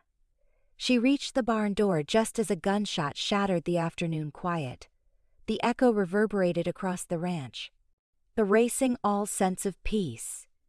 Eva froze, her veins running with ice. She couldn't determine who had pulled the trigger, but she knew one thing. The final act had begun. Throwing open the barn door, she plunged inside, prepared to face whatever horrors awaited. The gunfight, the shot, split the strained silence like a thunderclap, followed by a grunt that could only have come from Jeb. Eva's breath hitched. She couldn't pinpoint the source, only the grim confirmation of its impact. Reacting before thinking, she shoved past Scarface. He bellowed, a clawing paw. Grab for her arm. But she twisted away, rifle rising. You chose poorly, girl. Scarface spat, eyes twin coals of rage. But Eva was already surging toward the barn, the sharp, metallic tang of burnt powder filling her lungs. Within, pandemonium reigned. Jeb was propped against a hay bale, cradling his shoulder, crimson staining the fabric of his shirt. Two of Scarface's thugs crept forward, revolvers extended. Despite the wound, Jeb kept his weapon trained, his expression a granite mask. "Eva, get clear," he croaked, voice tight with pain. "Not a chance." She snarled, leveling her rifle. A groan of hinges announced her father at the doorway, his face a study in fear and disbelief. The close-quarters battle erupted. The confined space amplified the concussive force of each shot, the air growing thick and acrid. Eva squeezed the trigger, the rifle bucking against Woe. Her shoulder. One of Scarface's men stumbled, clutching his thigh. Jeb, a strangled cry escaping him, dropped the other, his aim unwavering. Scarface roared commands from outside as reinforcements surged forward, bullets punching through the barn's wooden shell, showering them with splinters. Eva and Jeb crouched behind the hay bales, returning fire in furious bursts. A quick glance at her father revealed him rooted to the spot. "Pa, down!" she screamed, but he remained motionless. Jeb cursed, shoving Eva behind him. "He'll get himself killed." "He's my father," Eva replied, her voice a strained whisper. "Then we gotta keep him breathing." Jeb grunted, firing again. "Cover me." He moved with surprising speed, weaving from bale to bale, drawing the relentless fire. Eva laid down a suppressive volley, keeping their attackers pinned. Reaching the doorway, Jeb manhandled Langston inside with unexpected force. "Get down, you stubborn old coot," Jeb bellowed, shoving him behind the hay bales beside Eva. Langston gaped at Jeb, eyes wide with shock. You saved me." "Didn't do it for you," Jeb snapped, though his gaze softened infinitesimally as he looked at Eva. "Did it for her." The barrage intensified, the air becoming a choking fog of smoke and blood. Eva reloaded, her hands trembling slightly. "We can't hold out," she shouted, her voice barely cutting through the din. "We'll be caged." "Got a better plan, Miss Langston?" Jeb asked, his voice edged with grim humor. Eva scanned the barn, her gaze darting around the space. "The loft," she said, indicating the ladder leading upward. "There's a window in the back, escape route." "Dicey," Jeb admitted, but nodded. "Better than a pine box. Cover me." Jeb charged towards the ladder, unleashing a hail of bullets to clear their path. Eva hauled her father to his feet, and together they followed Jeb, scrambling into the hayloft.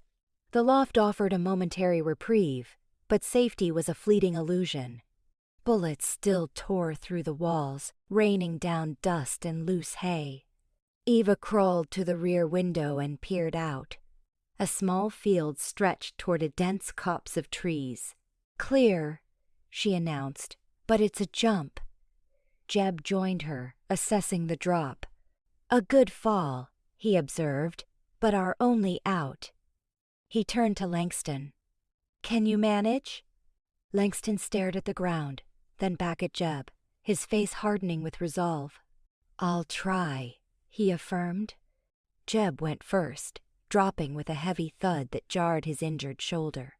He gritted his teeth, scrambling to his feet, weapon raised, guarding Eva and her father. "Clear!" he yelled. "Send him down." Eva assisted her father, guiding him as he lowered himself. He landed awkwardly, stumbling but maintaining his balance. "Go, Pa!" Eva yelled. "To the trees." Langston charged forward, his aging legs pumping, reaching the trees. Eva took a deep breath and looked at Jeb. "Ready?"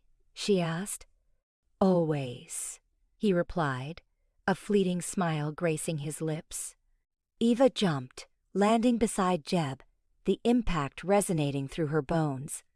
Together, they sprinted toward the trees, bullets snapping past them, the sounds of pursuit echoing close behind. They reached the edge of the trees and dove for cover, the dense foliage a welcome sanctuary. From their concealed vantage point, they witnessed the unfolding chaos. Scarface's men swarmed the barn like angry hornets. Langston had reached the trees as well, vanishing into the dense undergrowth. "We need to move," Jeb said, his voice tight with urgency. "They'll be hunting us." "Where to?" Eva asked, her voice thick with uncertainty. "Doesn't matter," Jeb said. "Just not here." As they prepared to move, Eva saw her father emerge from the trees, his face a mask of pale determination. He clutched something in his hands. Eva recognized it instantly, his shotgun. "Pa, no," she cried, but her warning came too late. Langston raised the shotgun and fired, the blast reverberating through the trees. One of Scarface's men pitched forward. The remaining men turned their attention to Langston, weapons zeroing in. Jeb cursed, seizing Eva's hand. "We move! Now!" They plunged deeper into the woods, abandoning Langston to face Scarface's vengeance alone, the gunfire fading behind them. Eva risked a glance back, her heart a knot of fear and guilt. The path ahead remained shrouded, but one truth resonated with chilling certainty. Her life had irrevocably changed. Captured, the air reeked of spent powder and gore. Fowls scratched at the dirt amidst the fallen, their chirping a discordant note in the aftermath. Eva, crimson-handed, knelt beside Jeb, staunching the flow from his newest wound. His breath rattled in his chest, each gasp a testament to the vicious brawl. Scarface's remaining thugs had melted into the tree line as dusk deepened, but victory tasted like ash, dearly bought. Her gaze lifted to Jeb, a tempest of fury and terror brewing in her eyes. "They'll be back," she rasped, voice tight with dread. "They always do," Jeb hissed as he shifted, a grimace twisting his features. "Not if we vanish first." He attempted to rise, only to be met with a searing lance of pain. "You're staying put," Eva declared, firmly pushing him back. "Tonight, at least." Tearing another strip from her skirt, she ignored the abrasive feel against her skin. She had to keep him breathing, buy them precious moments to strategize, to escape. The drumming of hooves shattered the stillness. Eva stilled, her hand instinctively flying to the rifle nearby. Jeb's fingers clamped onto her wrist. "Might be them," she breathed, her pulse hammering against her ribs. He shook his head, face a mask of foreboding. "Too many." "Sounds like Brody. Sheriff Brody. The embodiment of the law. The one man who could dismantle everything they had painstakingly built. Every fragile hope." Eva surged to her feet, positioning herself as a shield between Jeb and the approaching riders. She stood firm, chin tilted in defiance, the blood painting her hands a stark warning. Silhouetted against the horizon, the riders crested the rise overlooking the ravaged barnyard. Brody reined in, his expression unreadable in the twilight's embrace. A dozen deputies spread out behind him, rifles at the ready.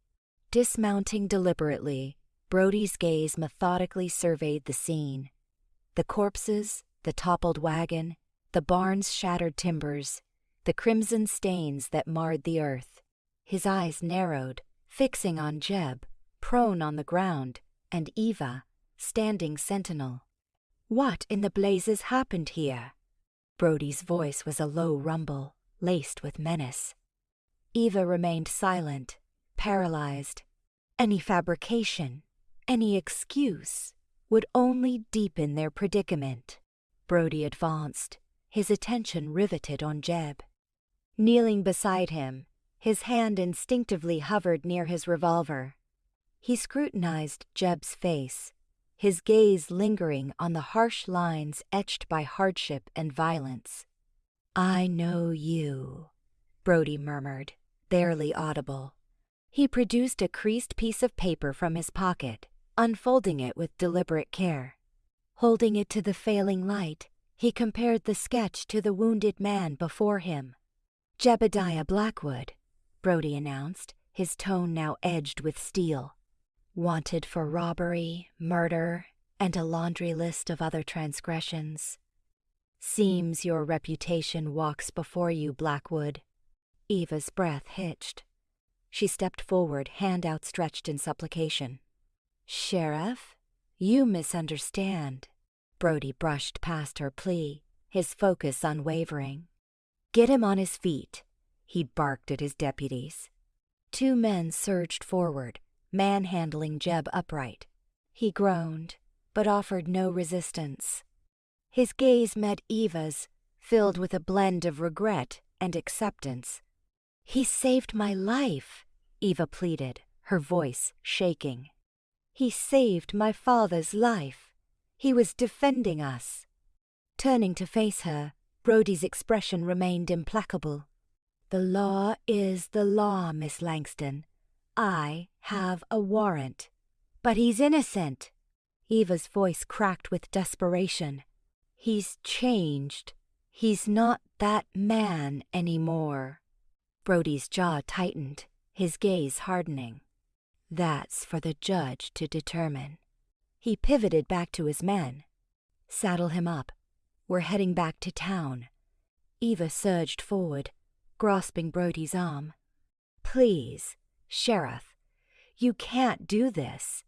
He'll perish in a cell. He needs a physician." Gently disengaging her hand, Brody's eyes held a flicker of sorrow. "I'll ensure he sees a doctor, Miss Langston, but he's still coming with me." The deputies led Jeb towards the horses, head bowed, hands bound. Eva watched him go, her heart breaking with each step. She knew what awaited him: judgment, condemnation, the hangman's knot. She raced after him, brushing past the deputies who attempted to restrain her. Reaching Jeb just as they prepared to hoist him onto the horse, she cupped his face in her hands, her fingers digging into his rough stubble. "I won't permit this, Jeb," she vowed, her voice a fierce whisper. "I swear I won't." Jeb's eyes met hers, brimming with a love that defied words.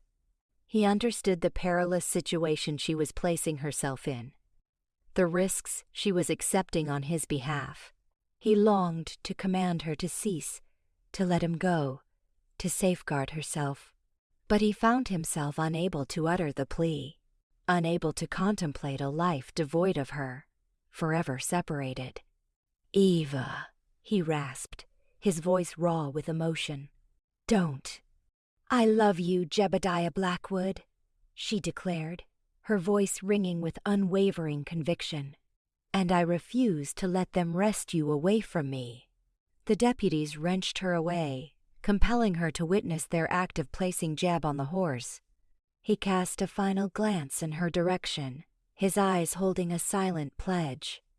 Then they wheeled their mounts and vanished into the encroaching darkness, leaving Eva solitary in the blood-soaked yard, her spirit fractured, her destiny uncertain. Brody observed her, his features etched with a conflicting blend of sympathy and disapproval. He recognized her intrinsic goodness, her entrapment in a situation undeserved. He also acknowledged his own obligation to the law, regardless of the personal cost. "I'm truly sorry, Miss Langston," he murmured, his voice imbued with solemnity. "But I have a duty to fulfill." Eva made no response, remaining transfixed, watching the dust settle in the wake of the departing horses, her gaze fixed upon the empty void where Jeb once stood. The only sound was the mournful howl of a lone coyote, a sound that mirrored the desolation engulfing her. She was alone now, facing a future fraught with uncertainty and dread.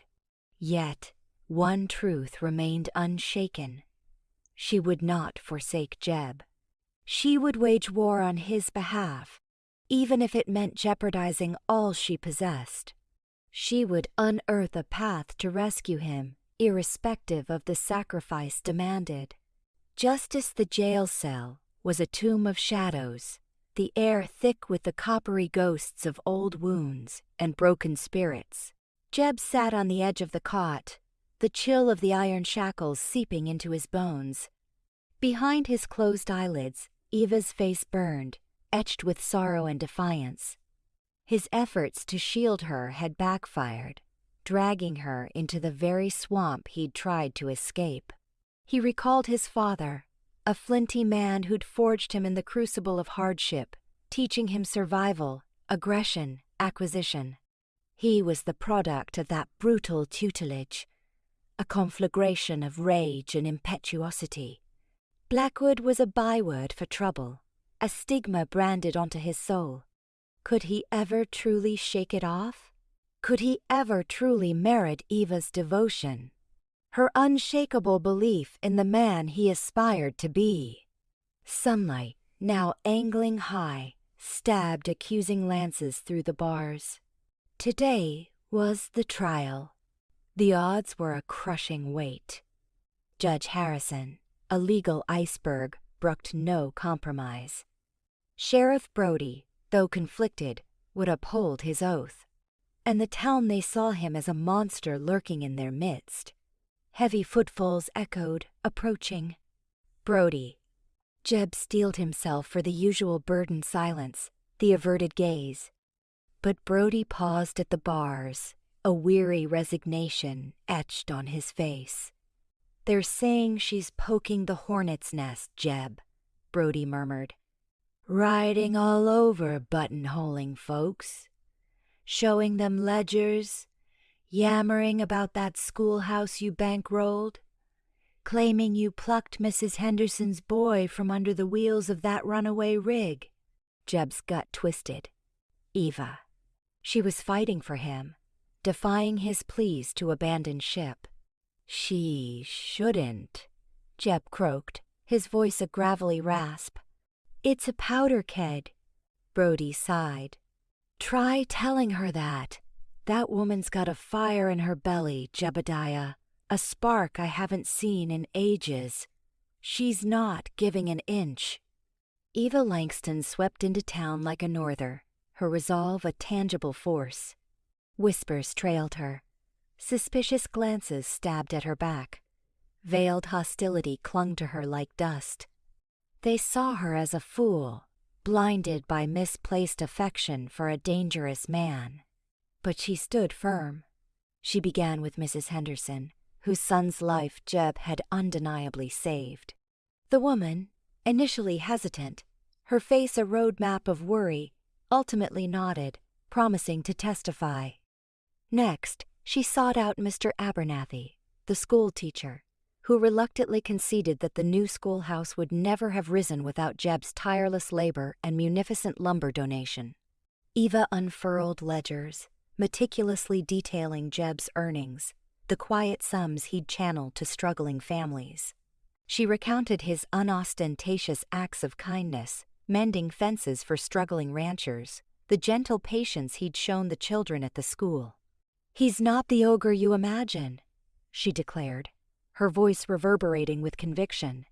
"He's changed. He's striving to atone for his past. He deserves a shot at redemption." Some remained unmoved, fear outweighing reason, but others, touched by her genuine plea and the evidence laid bare, began to falter. A seed of doubt had taken root, a fragile hope ignited within a few hearts. The courtroom was an airless box, thick with coiled tension. Jeb was ushered in, shackled hands dragging, his face a stony mask. He caught Eva's gaze in the front row, a silent vow of unwavering allegiance passing between them. Judge Harrison strode in, his features inscrutable. The trial commenced.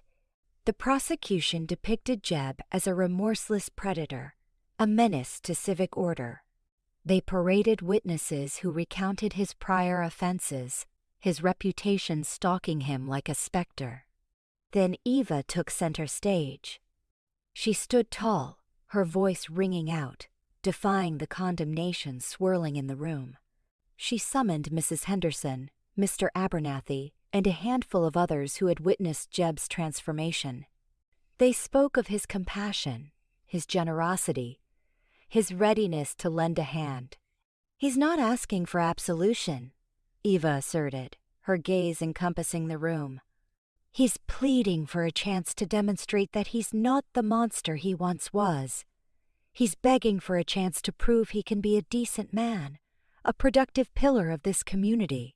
Sheriff Brody was sworn in. He recounted Jeb's former life, his transgressions, his notoriety. But he also spoke of the man he'd observed on the Langston spread, the man who'd toiled relentlessly, who displayed genuine remorse for his misdeeds. "I'm not saying he's a saint," Brody conceded. His voice weighted with internal conflict. "But I believe he's genuinely trying to reform.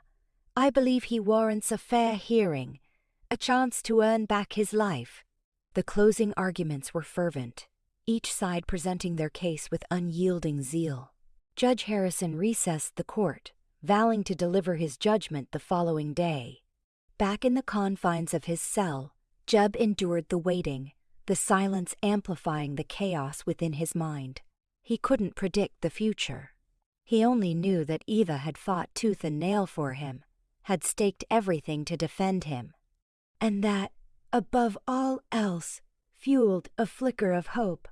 Eva strolled back to the ranch beneath a canopy of stars, each a tiny spark of optimism pricking the vast darkness. She mentally replayed the day, the faces in the courtroom, the palpable weight of their judgment. She had exhausted every avenue.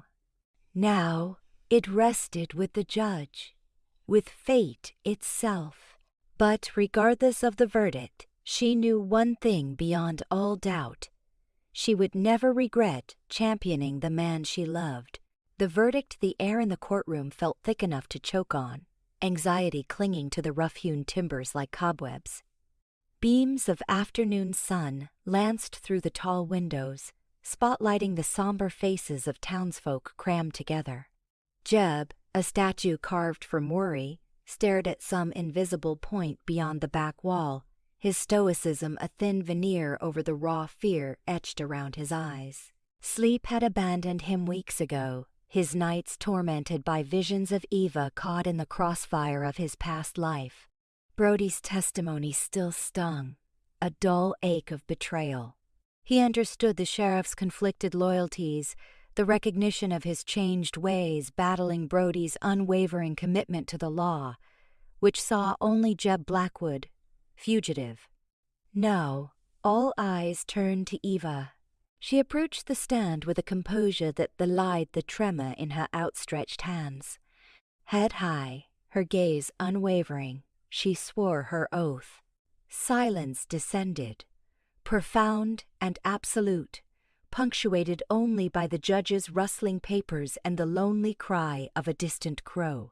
The prosecutor, a man whose voice could grate granite, launched his interrogation, each word a pointed barb. He depicted Jeb as a remorseless killer, a viper who had slithered into their community under a guise of respectability. He challenged Eva, demanding how she could trust a man steeped in such violence. Eva's response was immediate, her gaze locked on his. "I believe in what I've witnessed," she declared, her voice resonating with unwavering belief. "I saw him rescue Mrs. Henderson's child from that runaway wagon. I watched him tend to Thomas Baker when everyone else feared his illness. He taught our children to read, cared for abandoned creatures. These are not the acts of a heartless brute." A scoff escaped the prosecutor's lips, but Eva pressed on, her voice growing in strength. "He came to my ranch, wounded and hunted. I could have handed him over. The law dictated that I should have, but I saw something within him, something worth saving, and I stand by my choice." She spoke of his quiet acts of kindness, his unexpected tenderness, of the reverent way he watched the sunsets, as if witnessing a miracle each time. She recounted his nightmares, the torment that consumed him, the sincere regret he held for his past transgressions. "He is not the man he once was," she avowed, her voice ringing through the chamber. "He strives to be better. He is better. And I believe in him." Stunned by her fervent defense, the prosecutor shifted gears, probing her relationship with Jeb, implying romantic feelings had compromised her judgment. "Do you love him, Miss Langston?" he inquired, his voice dripping with skepticism. Without a moment's hesitation, Eva replied, "Yes, I do." A collective intake of breath swept through the assembly. Jeb's gut twisted. He hadn't expected such a bold declaration, a statement he knew would only further isolate her. Seizing the perceived advantage, the prosecutor argued that her affection had blinded her to his true nature, that she was a pawn in the hands of a seasoned criminal. Eva refused to yield. She parried his accusations with unshakable conviction, her words woven with honesty and vulnerability.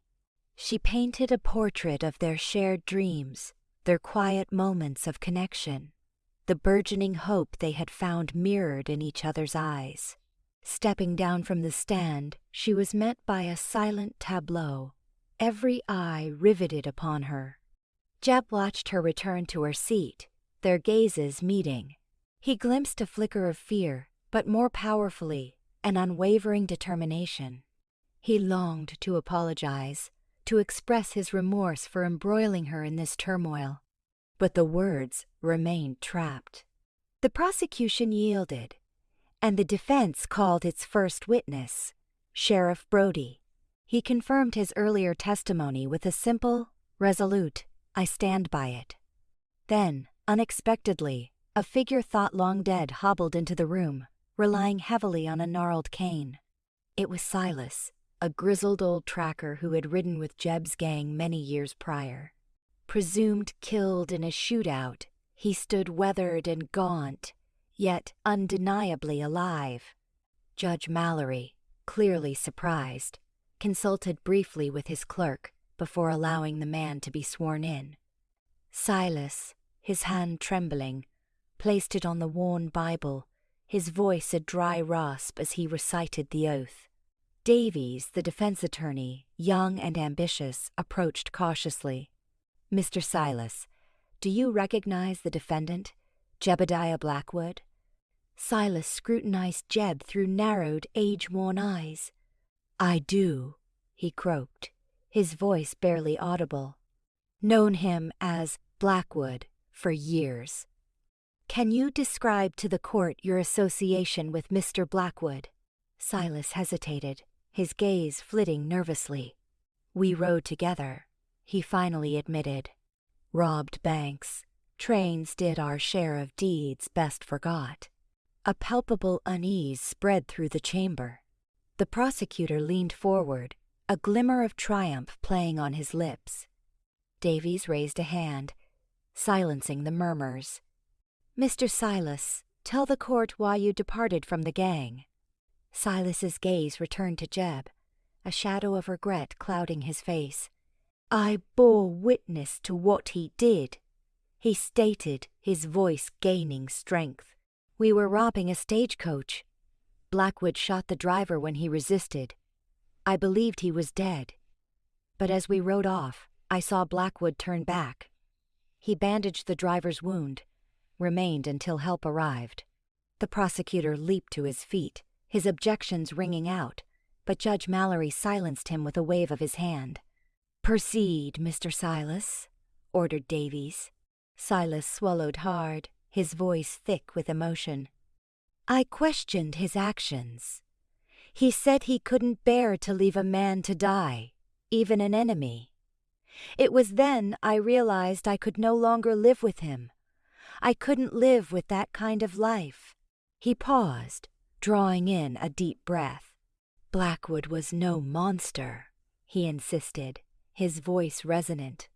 "Just a man who made some terrible choices, but he possessed a conscience. He always strived to do what was right, even when it was arduous." Davies had no further inquiries. Visibly agitated, the prosecutor attempted to discredit Silas, portraying him as a mendacious criminal. But Silas stood firm, his testimony unyielding. The closing arguments were concise but impassioned. Davies pleaded that Jeb had atoned for his sins, demonstrated genuine remorse, and deserved a second chance. The prosecutor countered, painting Jeb as an incorrigible menace, insisting community safety demanded justice.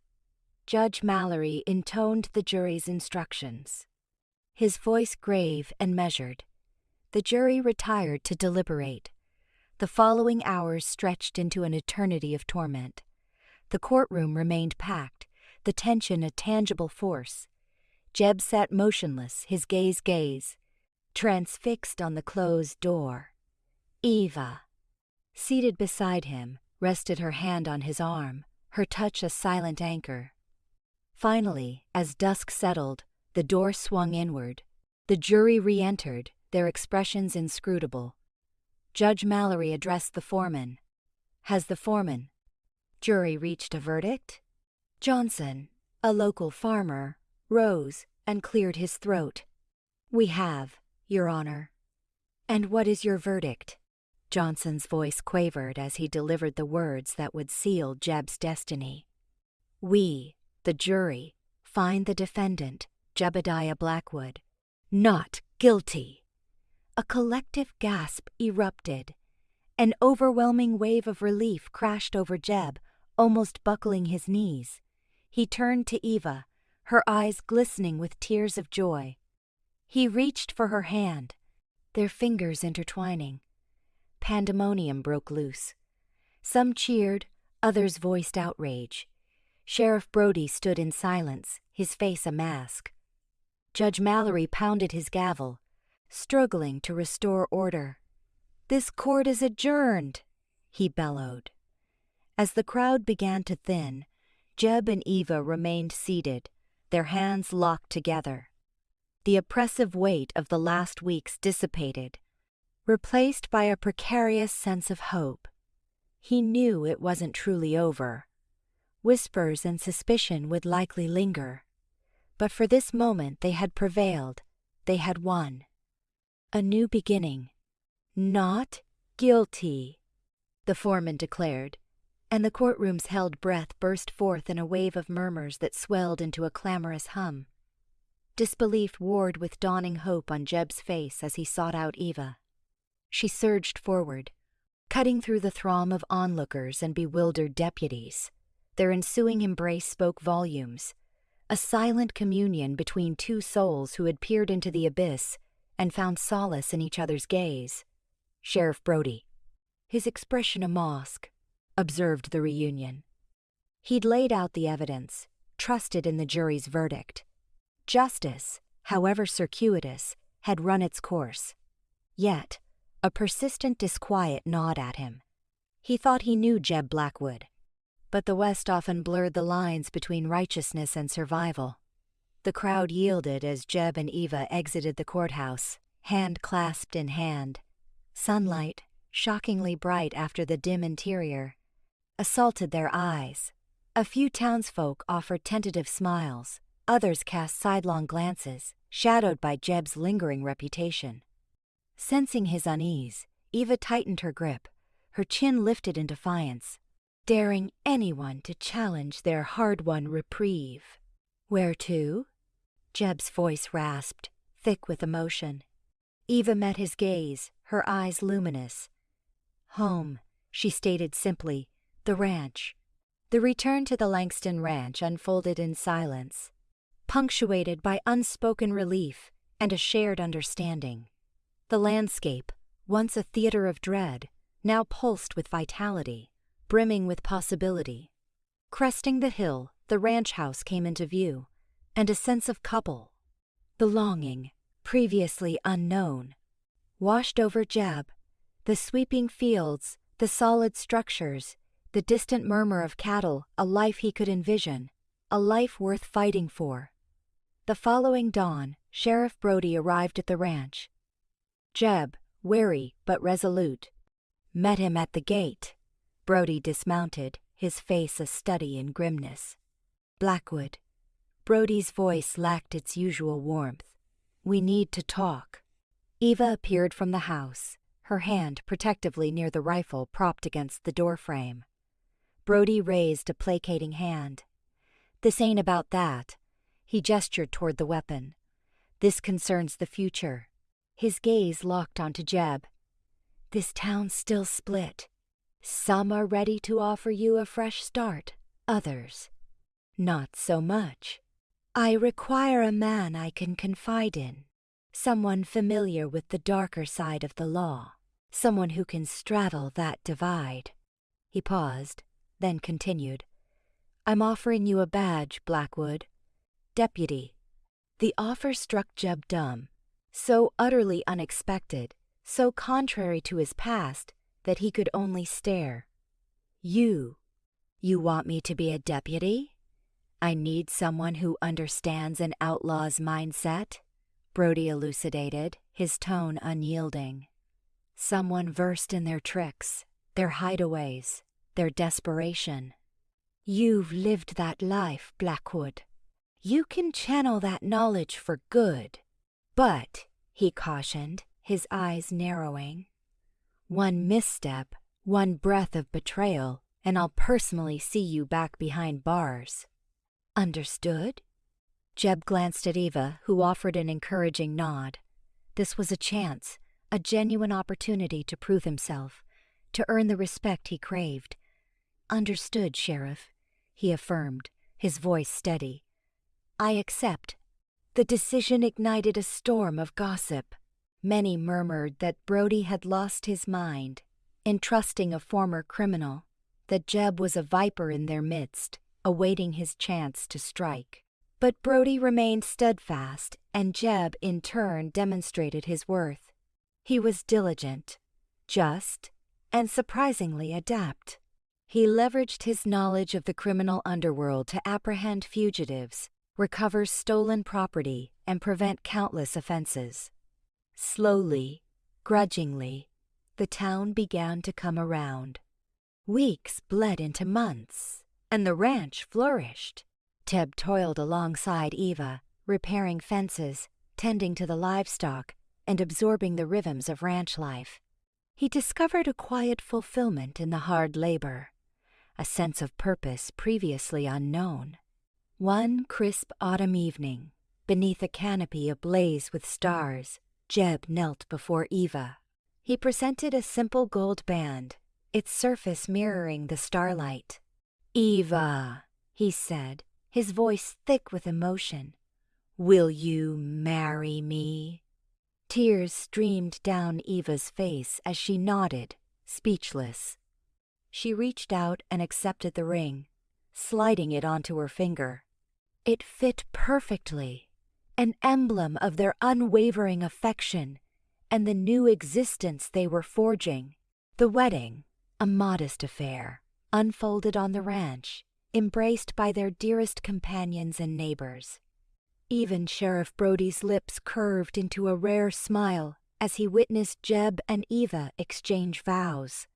The atmosphere buzzed with laughter, music, and burgeoning hope. Standing hand in hand, bathed in the amber glow of the setting sun, they knew they had surmounted impossible odds. They had confronted fear, prejudice, and the specters of the past, emerging stronger, more resilient, and deeply in love. Their story became a legend whispered throughout the West, a testament to the redeeming power of second chances and the enduring strength of love. Jeb Blackwood, the notorious outlaw, had found salvation in the arms of Eva Langston, the rancher's daughter who saw the inherent good when no one else dared to look. He never erased his past, but he refused to let it dictate his future. He channeled his experiences to aid others, to safeguard the innocent, and to cultivate a brighter future for himself and the woman he cherished. Years drifted by, and Jeb and Eva raised a family on the ranch. Their children grew up on tales of their parents' valor and unwavering commitment to one another. Jeb never forgot the day Eva rescued him, the day she granted him a second act. He dedicated each day to proving himself worthy of her love, to becoming the man she always believed him to be. And Eva, in turn, never faltered in her faith, never doubted that even the most calloused heart could be redeemed. Their love served as a beacon amidst a harsh and unforgiving world, a constant reminder that even in the deepest darkness, redemption remains within reach. They demonstrated that the past need not define the future, and that even a wanted outlaw could discover a fresh start, a renewed life, and a love that would endure through the ages. The ranch, once a haven from peril, evolved into a symbol of hope and second opportunities, a place where solace and a new direction could be found. The legacy of Jeb Blackwood and Eva Langston persevered, a living testament to the transformative power of love and the unyielding spirit of the West.